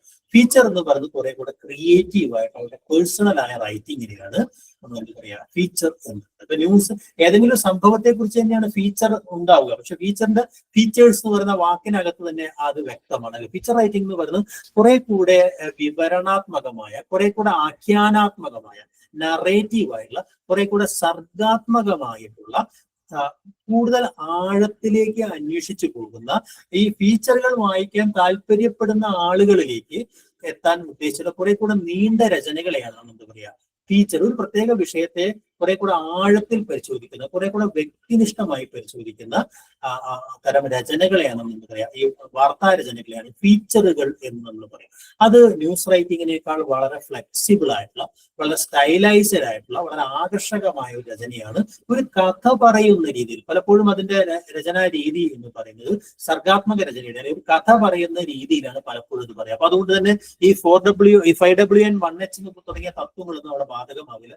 പലപ്പോഴും ഒരു ആകാംക്ഷയൊക്കെ മുന്നോട്ട് വെക്കുന്ന രീതിയിലാണ് വളരെ കാവ്യാത്മകമായി നീണ്ട ആമുഖങ്ങളൊക്കെ കൊടുക്കുന്നുണ്ട്. അങ്ങനെ വളരെ ഒരു സ്റ്റോറി ടെല്ലിങ്ങിന് നമ്മൾ ഒരു കഥാകഥനത്തിന് നമ്മൾ എന്തൊക്കെ ടെക്നിക്കുകൾ ഉപയോഗിക്കുന്നുവോ അങ്ങനെയുള്ള ടെക്നിക്കുകളൊക്കെ ഉപയോഗിക്കുന്ന വളരെ ആലങ്കാരികമായ ഭാഷയൊക്കെ ഉപയോഗിക്കാവുന്ന തരത്തിലുള്ള ഒരു രചനയായിരിക്കും പൊതുവെ ഈ പറയുന്ന സ്റ്റോറി ടെല്ലിംഗ് ഫോർമാറ്റ് ആയിരിക്കും പൊതുവെ, അല്ലെങ്കിൽ നറേറ്റീവ് ഫോർമാറ്റ് ആയിരിക്കും ഫീച്ചറുകൾക്ക് പൊതുവെ ഉണ്ടാവുക എന്നുള്ളത്. അപ്പൊ അതുകൊണ്ട് തന്നെ അതിന്റെ തലക്കെട്ടുകൾ എന്ന് പറയുന്നത് വളരെ ആലങ്കാരികമായിട്ടുള്ള, വളരെ എന്താ പറയാ കാവ്യാത്മകമായിട്ടുള്ള പല തലക്കെട്ടുകൾ അതിനകത്ത് ഉണ്ടാവാം എന്നുള്ളതാണ്. സൗന്ദര്യാത്മകമായ തലക്കെട്ടുകൾ ഈ പറയുന്ന ഫീച്ചറുകളിലൊക്കെ ഉണ്ടാകുക എന്നുള്ളതാണ് അല്ലെ. ലീഡും അതേപോലെ തന്നെ നമ്മൾ ഈ പറയുന്ന എന്തെങ്കിലും തരത്തിലുള്ള ശൈലികളൊക്കെ ഉപയോഗിച്ചുകൊണ്ട് അല്ലെ, ഉദാഹരണമായിട്ട് എവിടെ അഴിമതി ഉണ്ടാകുന്നു ആ നഗരം അന്ന് തന്നെ കത്തിയിരിയും എന്നയാൾ പറഞ്ഞതുപോലെ എന്നൊക്കെ പറയുന്ന വലിയ അത്തരം ചില ഡ്രമാറ്റിക് ആയിട്ടുള്ള ചില ഇൻട്രൊഡക്ഷനുകളൊക്കെ കൊടുക്കുക, നാടകീയമായിട്ട് അവതരിപ്പിക്കുക തുടങ്ങിയ രീതികളൊക്കെ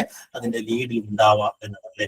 പിന്നെ നമ്മൾ അതിന്റെ ബോഡിയിലേക്ക് വരുമ്പോൾ ഓരോരോ കാര്യങ്ങളെയും വേറെ വേറെ സെക്ഷനുകളായി, കാരണം ഫീച്ചറുകൾ പലപ്പോഴും വാർത്ത അറിഞ്ഞതിനു ശേഷമുള്ള ആളുകൾക്ക് ആ വാർത്തയെ കൂടുതലായിട്ട് എക്സ്പ്ലോർ ചെയ്യും. അപ്പൊ നിങ്ങൾ ഉദാഹരണമായിട്ട് ഒരാൾ മരിച്ചു, ആ മരിച്ചതിനെ സംബന്ധിച്ചപ്പോൾ ഒരു പ്രധാനമന്ത്രി മരിച്ചു എന്ന് പറഞ്ഞൊരു വാർത്ത ആദ്യത്തെ പേജുകളാണെങ്കിൽ അതിനകത്തകത്തെ പേജുകളിൽ കുറെ ഫീച്ചറുകളായിരിക്കും. അതായത് ഈ വാർത്ത വായിച്ചു കഴിഞ്ഞ ആളുകൾ ഒരുപക്ഷെ അയാളുടെ ജീവിതത്തെ കുറിച്ച്, അയാളെ കുറിച്ചുള്ള മറ്റുള്ള അനുഭവങ്ങൾ, അയാൾ ചെയ്തിട്ടുള്ള പല പല കാര്യങ്ങളെ കുറിച്ച്, അയാൾ കേരളത്തിൽ വന്ന് യാത്ര ചെയ്തിട്ടുണ്ടായുള്ള കുറെ കാര്യങ്ങൾ, അയാളുടെ ഇഷ്ടങ്ങൾ, ഇങ്ങനെയുള്ള കുറെ കാര്യങ്ങളൊക്കെ ചേർത്ത് വെച്ചുകൊണ്ട് കുറെ ഫീച്ചറുകൾ അവിടെ എഴുതിയിട്ടുണ്ടായിരിക്കും അല്ലെ. അപ്പൊ അതുകൊണ്ട് തന്നെ അതിനെ തീമാറ്റിക് ആയിട്ട് പ്രമേയപരമായിട്ട് ചില വ്യത്യസ്തമായ ഘട്ടങ്ങൾ അല്ലെങ്കിൽ ഈ പറഞ്ഞ ഖണ്ഡങ്ങളാക്കിക്കൊണ്ടാണ് അത് അവതരിപ്പിക്കുക. ആ ഒരു ഡിസെൻഡിങ് മോഡലാണ് അത് അവതരിപ്പിക്കുക. വളരെ ഡീറ്റെയിൽഡ് ആയിട്ടുള്ള കോൺടെക്സ്റ്റൽ ആയിട്ടുള്ള വിവരങ്ങൾ ഉണ്ടാവും, അതിന്റെ ബാക്ക്ഗ്രൗണ്ട് കൊടുക്കുക, കോൺടെക്സ്റ്റുകൾ കൊടുക്കുക. ഓരോ ഘട്ടത്തിലും ഈ പറയുന്ന എഴുത്തുകാരന്റെ അല്ലെങ്കിൽ ആരാണോ രാഷ്ട്രീയ നിരീക്ഷകനാണെങ്കിൽ നിരീക്ഷകൻ, അയാളുടേതായ നിരീക്ഷണങ്ങൾ, കുറെ ചരിത്രത്തിന്റെ റെഫറൻസുകൾ, ക്രോസ് റെഫറൻസുകൾ, പല പല പഴയ കഥകൾ, കുറെ ഡാറ്റകൾ നൽകുക, ടേബിളുകളും സ്റ്റാറ്റിസ്റ്റിക്സും നൽകുക തുടങ്ങിയൊക്കെ ഫീച്ചറിന്റെ പ്രത്യേകതയാണ്. അതോടൊപ്പം തന്നെ കുറെ എന്താ പറയുക അനിമേഷൻസോ അല്ലെങ്കിൽ ചിത്രങ്ങളൊക്കെ കൊടുക്കുക, അല്ലെങ്കിൽ ഏതെങ്കിലും ടേബിളുകൾ കൊടുക്കുക അല്ലെ, അങ്ങനെയുള്ള കുറെ കാര്യങ്ങളൊക്കെ കൊടുക്കുക എന്നതും ഈ പറയുന്ന അതോടൊപ്പം തന്നെ ആളുകളെ വൈകാരികമായിട്ട് ചലിപ്പിക്കുക അല്ലെ. പലതരത്തിലും അവരുടെ വൈകാരികതയെ ചൂഷണം ചെയ്യുന്ന വളരെ പേഴ്സണലായ സ്റ്റോറികൾ പറയാം. ഈ ലേഖന ഞാൻ എന്റെ പഴയ അനുഭവത്തിൽ നിന്നൊക്കെ പറഞ്ഞ ആ ഒരു ആരാണോ ഫീച്ചർ എഴുതുന്നത് അയാളുടെ പേഴ്സണലായ അനുഭവമാവാം, അല്ലെങ്കിൽ ആ ഫീച്ചറിൽ അയാൾ പലതായിട്ടുള്ള അഭിമുഖങ്ങൾ നടത്തിയിട്ടുണ്ടായിരിക്കും. ആ അഭിമുഖങ്ങൾ നടത്തിയ ആളുകളുടെ അനുഭവങ്ങളായിരിക്കും. ഒരു ദുരന്തം ഉണ്ടാകുമ്പോൾ പല പല ആളുകൾക്കും ആ ദുരന്തം എങ്ങനെ നേരിട്ടു തുടങ്ങിയ കാര്യങ്ങൾ, അവിടെ ആ ദുരന്താനുഭവത്തെ അവരെ സംബന്ധിച്ച് അവരുടെ വിവരണങ്ങൾ, അവരുടെ കരച്ചിലുകൾ, ഇങ്ങനെയുള്ള കാര്യങ്ങളൊക്കെ അതേപോലെ എഴുതുക എന്നുള്ളത് ഫീച്ചർ റൈറ്റിംഗിന്റെ എന്ന് വെച്ചാൽ ഈ ഇമോട്ടീവായ കണ്ടന്റിന് വലിയ പ്രാധാന്യം ഉണ്ടാകുക എന്ന് പറയുന്നതാണ് ഈ പറയുന്ന എന്താ പറയാ ഫീച്ചർ റൈറ്റിംഗിന്റെ പ്രത്യേകത എന്നുള്ളത് അല്ലെ. അപ്പൊ ന്യൂസ് റൈറ്റിംഗ് എന്ന് പറയുന്നത് ഒരു അറിവ് പ്രദാനം ചെയ്യുക അല്ലെങ്കിൽ അറിവ് നൽകുക എന്ന് പറയുന്ന to inform quickly and objectively about current events. ഒരു പ്രത്യേക ഒരു എന്താ പറയാ ഒരു ദൈനംദിനമായ സംഭവത്തെ, ഒരു കറന്റ് ഇവന്റിനെ വളരെ വസ്തുനിഷ്ഠമായിട്ടും വളരെ വളരെ ക്വിക്കായിട്ടും അവതരിപ്പിക്കുക എന്നതാണ് ഒരു ന്യൂസ് റൈറ്റിംഗിന്റെ പ്രത്യേകത. ഒരു വാർത്തയുടെ പ്രത്യേകതയാണെന്നുണ്ടെങ്കിൽ എന്റർടൈൻമെന്റ്, ആളുകളെ രസിപ്പിക്കുക എന്ന് പറയുന്നത് കുറെ കൂടെ ആഴത്തിലേക്കുള്ള വിശകലനാത്മകമായ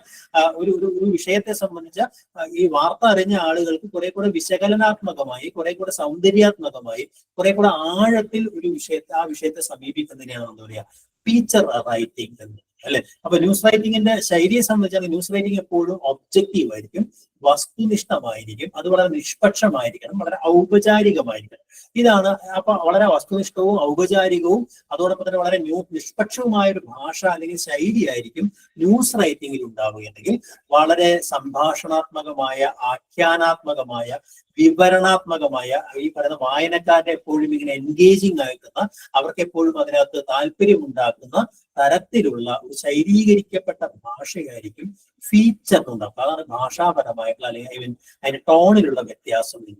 ഘടനയെ സംബന്ധിച്ചാണെങ്കിൽ ഇൻവെർട്ടഡ് പിരമിഡ് ഘടനയിലാണ്. അതായത് ഏറ്റവും പ്രധാനപ്പെട്ട ഫാക്റ്റുകൾ, വസ്തുതകൾ ആദ്യം വിശദീകരിക്കുക, അപ്രസക്തമായ കാര്യങ്ങൾ ഏറ്റവും അവസാനത്തിൽ വിശദീകരിക്കുക എന്ന് പറയുന്ന രീതിയാണ് വാർത്തയുടെ രീതിയെങ്കിൽ കുറെ കൂടെ നറേറ്റീവ് അല്ലെങ്കിൽ ഡ്രമാറ്റിക് ആയ രീതിയിലാണ് സ്റ്റോറി ടെല്ലിങ്ങിനെ, കഥ പറയുന്ന രീതിയിൽ ഒരു ആകാംക്ഷയെ ഇങ്ങനെ കൂട്ടി കൊണ്ടുവന്ന് അല്ലെ. അപ്പൊ ഏറ്റവും പ്രധാനപ്പെട്ട കാര്യം ഏറ്റവും അവസാനത്തേക്ക് വെക്കുന്ന രീതിയായിരിക്കും ഫീച്ചറുകളിൽ പലപ്പോഴും ഉണ്ടാകും. ഒരു കാര്യത്തെ കുറിച്ചുള്ള അന്വേഷണത്തിൽ തുടങ്ങി ആ അന്വേഷണത്തിന്റെ പല പല ഘട്ടങ്ങളിലൂടെ കടന്ന് അവസാനം ചില കൺക്ലൂഷനിലേക്ക് എത്തുന്ന, ഒരു ട്വിസ്റ്റിലേക്കൊക്കെ എത്തുന്ന രീതിയിലേക്കുള്ള ഒരു കഥ എങ്ങനെയാണോ പറയുക, ആ കഥ പറച്ചിലിന്റെ രീതിയായിരിക്കും പലപ്പോഴും ഒരു പ്രോഗ്രസീവ് രീതിയിലായിരിക്കും ഫീച്ചറിന്റെ ഒരു ഘടന എന്ന് പറയുന്നത്.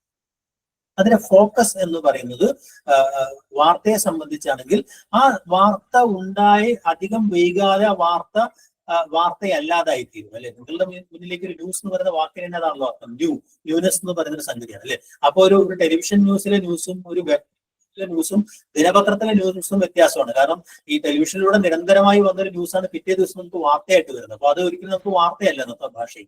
അപ്പൊ ആ ഒരു ന്യൂനെസ് എന്ന് പറയുന്നത്, അല്ലെങ്കിൽ ടൈംലിനെസ് എന്ന് പറയുന്നത്, ഇമ്മീഡിയസി എന്നൊക്കെ പറയുന്നത് എന്താ പറയാ, ആ ഒരു ന്യൂസ് റൈറ്റിംഗിന്റെ പ്രത്യേകതയാണെങ്കിൽ അങ്ങനെ ഏത് കാലത്തും നമുക്ക് വായിക്കാവുന്ന സംഗതിയൊക്കെ ഫീച്ചർ. ഒരു പ്രത്യേക ഉദാഹരണമായിട്ട് ലത്തൂരിലെ ഭൂകമ്പത്തെ കുറിച്ച്, വയനാട്ടിലെ ഉരുൾപൊട്ടലിനെ കുറിച്ചുള്ള ഫീച്ചറുകൾ നമ്മൾ ഇപ്പോഴും വായിക്കും. അതിനെക്കുറിച്ച് അന്നത്തെ ആളുകളുടെ അനുഭവങ്ങൾ, അല്ലെങ്കിൽ അതുമായി ബന്ധപ്പെട്ട കാര്യങ്ങൾ, അല്ലെങ്കിൽ അതുമായി ബന്ധപ്പെട്ട ഡോക്യുമെന്റുകൾ, ഇതൊക്കെ നമ്മൾ ഇപ്പോഴും കാണും. പക്ഷെ അതിനകത്ത് ആ ന്യൂസ് പേപ്പർ നമുക്ക്, അല്ലെങ്കിൽ ആ വാർത്ത നമ്മളെ സംബന്ധിച്ചിടത്തോളം പിന്നീട് ഒരു കൗതുകം ഉണ്ടാക്കുന്നത്. അപ്പോൾ ടൈംലെസ്നെസ് അല്ലെങ്കിൽ വളരെ ആഴത്തിലുണ്ടാവുക എന്ന് പറയുന്നത് ഫീച്ചറുകളുടെ പ്രത്യേകതയാണ്.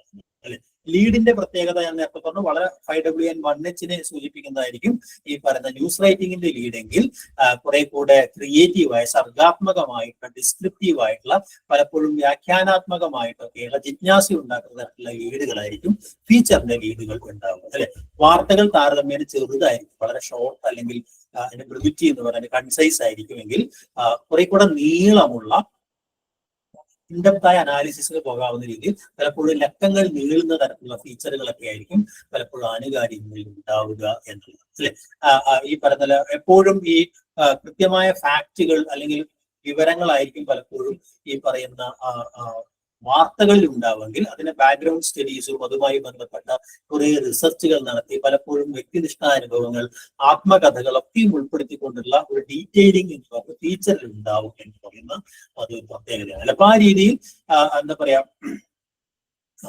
വാർത്തയും അതുപോലെ ഫീച്ചറും തമ്മിൽ വലിയ വ്യത്യാസമുണ്ട്. ഫീച്ചർ എന്ന് പറയുന്നത് എന്താണ്, ഫീച്ചർ രചനയിൽ ശ്രദ്ധിക്കേണ്ട കാര്യങ്ങൾ എന്തൊക്കെയാണ്, അല്ലെങ്കിൽ ഫീച്ചറിന്റെ ഭാഷാപരമായ പ്രത്യേകത എന്താണ്, വാർത്തയും ഫീച്ചറും തമ്മിലുള്ള വ്യത്യാസം എന്താണ്, അങ്ങനെ കുറച്ച് ചോദ്യങ്ങളാണ് പരീക്ഷയ്ക്ക് വരിക. അതുമായി ബന്ധപ്പെട്ട വളരെ പ്രധാനപ്പെട്ട തരത്തിലുള്ള പോയിന്റ്സ് ആണ് പറഞ്ഞത്. ഫീച്ചർ റൈറ്റിംഗിൽ ശ്രദ്ധിക്കേണ്ട രണ്ട് കാര്യങ്ങൾ കൂടെ അത് പറയാം. ഒന്ന്, വളരെ കമ്പല്ലിംഗ് ആയ ഒരു ടോപ്പിക് എടുക്കുക, വളരെ എന്താ പറയുക ആളുകൾക്ക് വായിക്കാവുന്ന, കാരണം രസിച്ച് വായിക്കുക.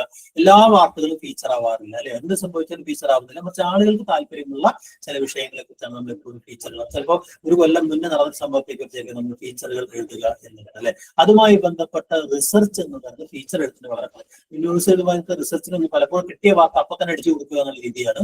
ഫാക്ട് ചെക്ക് പോലും പലപ്പോഴും നടത്താറുണ്ട്. പക്ഷെ ഫീച്ചർ അങ്ങനെയല്ല. അതുമായി ബന്ധപ്പെട്ട ഒരുപാട് ഗവേഷണങ്ങൾ നടത്തി അതിന്റെ ചരിത്രം, അതിന്റെ മറ്റു കാര്യങ്ങളൊക്കെ അന്വേഷിച്ച് അതിന്റെ കോണ്ടെക്സ്റ്റ് ഒക്കെ വളരെ വിശദമായി പഠിച്ചിട്ടാണ് നമ്മൾ ഫീച്ചറുകൾ എഴുതുക എന്നുള്ളത്. അല്ലെ, അതോടൊപ്പം തന്നെ എപ്പോഴും വളരെ ആളുകളെ വായിപ്പിക്കുന്ന തരത്തിലും തലക്കെട്ട്, വളരെ സർഗാത്മകമായ തലക്കെട്ടും ലീഡും എഴുതുക എന്ന് പറഞ്ഞു. പലപ്പോഴും പ്രവോക്കിംഗ് ആയ ചില ചോദ്യങ്ങൾ ഉന്നയിക്കുന്ന, ആളുകളെ പലപ്പോഴും പ്രകോപിപ്പിക്കുന്ന ചില തരത്തിലുള്ള, അല്ലെങ്കിൽ വൈകാരികമായി സ്വാധീനിക്കുന്ന തരത്തിലൊക്കെയുള്ള ചില ലീഡുകൾ എഴുതുക എന്നൊക്കെ ഉള്ളത് ഫീച്ചർ റൈറ്റിംഗിന്റെ ശ്രദ്ധിക്കേണ്ട, ലീഡും തലക്കെട്ടും ശ്രദ്ധിക്കേണ്ട ഒരു കാര്യമാണ്. അതോടൊപ്പം വളരെ എഫക്റ്റീവ് ആയിട്ട് കഥ പറയുക, തീമാറ്റിക് ആയിട്ട് സെക്ഷനുകൾ തരംതിരിക്കുക എന്ന് പറയുന്നത്, ആളുകളെ വൈകാരികമായി എപ്പോഴും ചലിപ്പിക്കുക എന്ന് പറയുന്നത്. പലപ്പോഴും അതിനകത്ത് ചില ആഖ്യാതാക്കൾ ഉണ്ടായിരിക്കും, ചില കഥാപാത്രങ്ങൾ കടന്നു വരും. ആ കഥാപാത്രങ്ങളിൽ നോവലിൽ എങ്ങനെയാണ് ഒരു കഥാപാത്രത്തെ വികസിപ്പിക്കുന്നത്, അതേപോലെ ആ കഥാപാത്രത്തിന്റെ ആത്മാവിലേക്ക് അല്ലെങ്കിൽ ആഴങ്ങളിലേക്കൊക്കെ പോകുന്ന, മാനസികമായ അയാളുടെ വ്യാപാരങ്ങളിലേക്കൊക്കെ എത്തുന്ന തരത്തിലുള്ള ഫീച്ചറുകളിൽ പലപ്പോഴും അതിലെ കഥാപാത്രങ്ങൾ വന്നു പോവുക. വളരെ സ്ട്രോങ് ആയ ഒരു നറേറ്റീവാണ് ഈ പറയുന്ന ഫീച്ചർ എന്ന് പറയുന്നത്. ആ രീതിയിൽ വളരെ വിവരണാത്മകമായിട്ട്, എന്നാൽ അതോടൊപ്പം തന്നെ എന്താ പറയുക, ക്രെഡിബിലിറ്റിയും അക്യുറസിയും ഉണ്ടാവുക എന്ന് പറയുന്നത്, അഥവാ അതൊരിക്കലും ഒരു നോവലല്ല, എന്നാൽ അതൊരു വാർത്തയല്ല. അല്ലെ, അപ്പൊ ആ രീതിയിൽ ഒബ്ജക്ടിവിറ്റിക്കും ക്രിയേറ്റിവിറ്റിക്കും, വസ്തുനിഷ്ഠതയ്ക്കും സർഗാത്മകതയ്ക്കും ഇടയിലുള്ളൊരു ഞാണിന്മേൽ കളിയാണ്, ഏറ്റവും സഞ്ചാരമാണ് സാധാരണ ഫീച്ചർ റൈറ്റിംഗ് എന്ന് പറയുന്നത്. വളരെ പ്രധാനപ്പെട്ട കാര്യം. അല്ലെ, അപ്പൊ അതുകൊണ്ട് തന്നെ ആ ഫീച്ചർ, ഒരു വനിത പോലൊരു മാസികയ്ക്ക് ഒരു ഫീച്ചർ എഴുതുന്നതും, പക്ഷെ മാതൃഭൂമി പോലൊരു മാസികയ്ക്ക് ഫീച്ചർ എഴുതുന്നതും, ബട്ട് ആ ഓഡിയൻസിന്റെ വ്യത്യാസം അനുസരിച്ച് എന്താ പറയാ, ആ ഫീച്ചറുകളുടെ സ്വഭാവത്തിൽ വ്യത്യാസം ഉണ്ടാവും എന്നുള്ളത് ഏറ്റവും പ്രധാനപ്പെട്ട ഒരു കാര്യം. ഓക്കെ, അപ്പൊ ഫീച്ചർ റൈറ്റിംഗ് നമ്മൾ ശ്രദ്ധിക്കേണ്ട കാര്യങ്ങളെ കുറിച്ച് വളരെ വിഷ്വലായിട്ട് എഴുതുക തുടങ്ങിയ കാര്യങ്ങളൊക്കെയാണ് ഞാൻ സൂചിപ്പിച്ചത്. നമുക്ക് ഒന്നിന്റെ കാര്യങ്ങൾ പറഞ്ഞു അല്ലെ. പിന്നെന്തായിരുന്നു അതിനകത്ത് നിങ്ങളുടെ സിലബസ്? ടെക്സ്റ്റ് ബുക്ക് ഒന്നും എന്താണെന്ന് വിശദീകരിക്കേണ്ട കാര്യമില്ല, നിങ്ങൾക്ക് അറിയാമല്ലോ ടെക്സ്റ്റ് ബുക്ക് റൈറ്റിങ്ങിനെ കുറിച്ച്. വേറെ ഏതൊക്കെ മേഖലകളിൽ എന്തൊക്കെ പറഞ്ഞെന്ന് പറഞ്ഞാൽ അതുകൂടെ പറഞ്ഞ് നമുക്ക് ആരെങ്കിലും ഒന്ന് പറയും ഇതിനകത്ത് എന്തൊക്കെയാ പറയാനുള്ളത് എന്നുള്ളത്.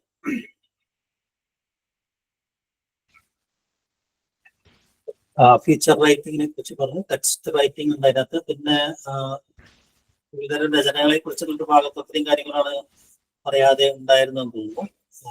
പിന്നെ അതിനകത്ത് ഉള്ളത് പറയൂ, നിങ്ങൾക്ക് വേറെ ഏതൊക്കെയാണ് അതിനകത്ത് ഇനി?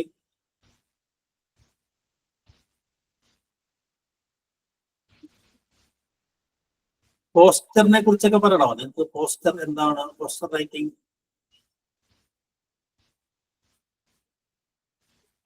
ആരെങ്കിലും ഒന്ന് പറ.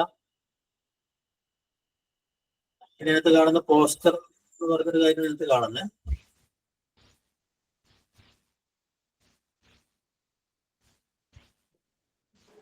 ഈ പോസ്റ്ററും നോട്ടീസും ഒരു പരീക്ഷയ്ക്ക് ചോദിച്ചിട്ടുണ്ട്.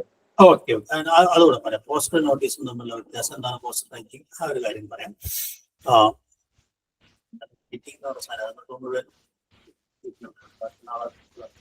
ഓക്കെ, പോസ്റ്ററും നോട്ടീസും തമ്മിലൊരു വ്യത്യാസം എന്താണ്? പോസ്റ്റർ റൈറ്റിംഗ്, പോസ്റ്റർ രചനയും നോട്ടീസ് രചനയും തമ്മിലുള്ള വ്യത്യാസം എന്താണ്?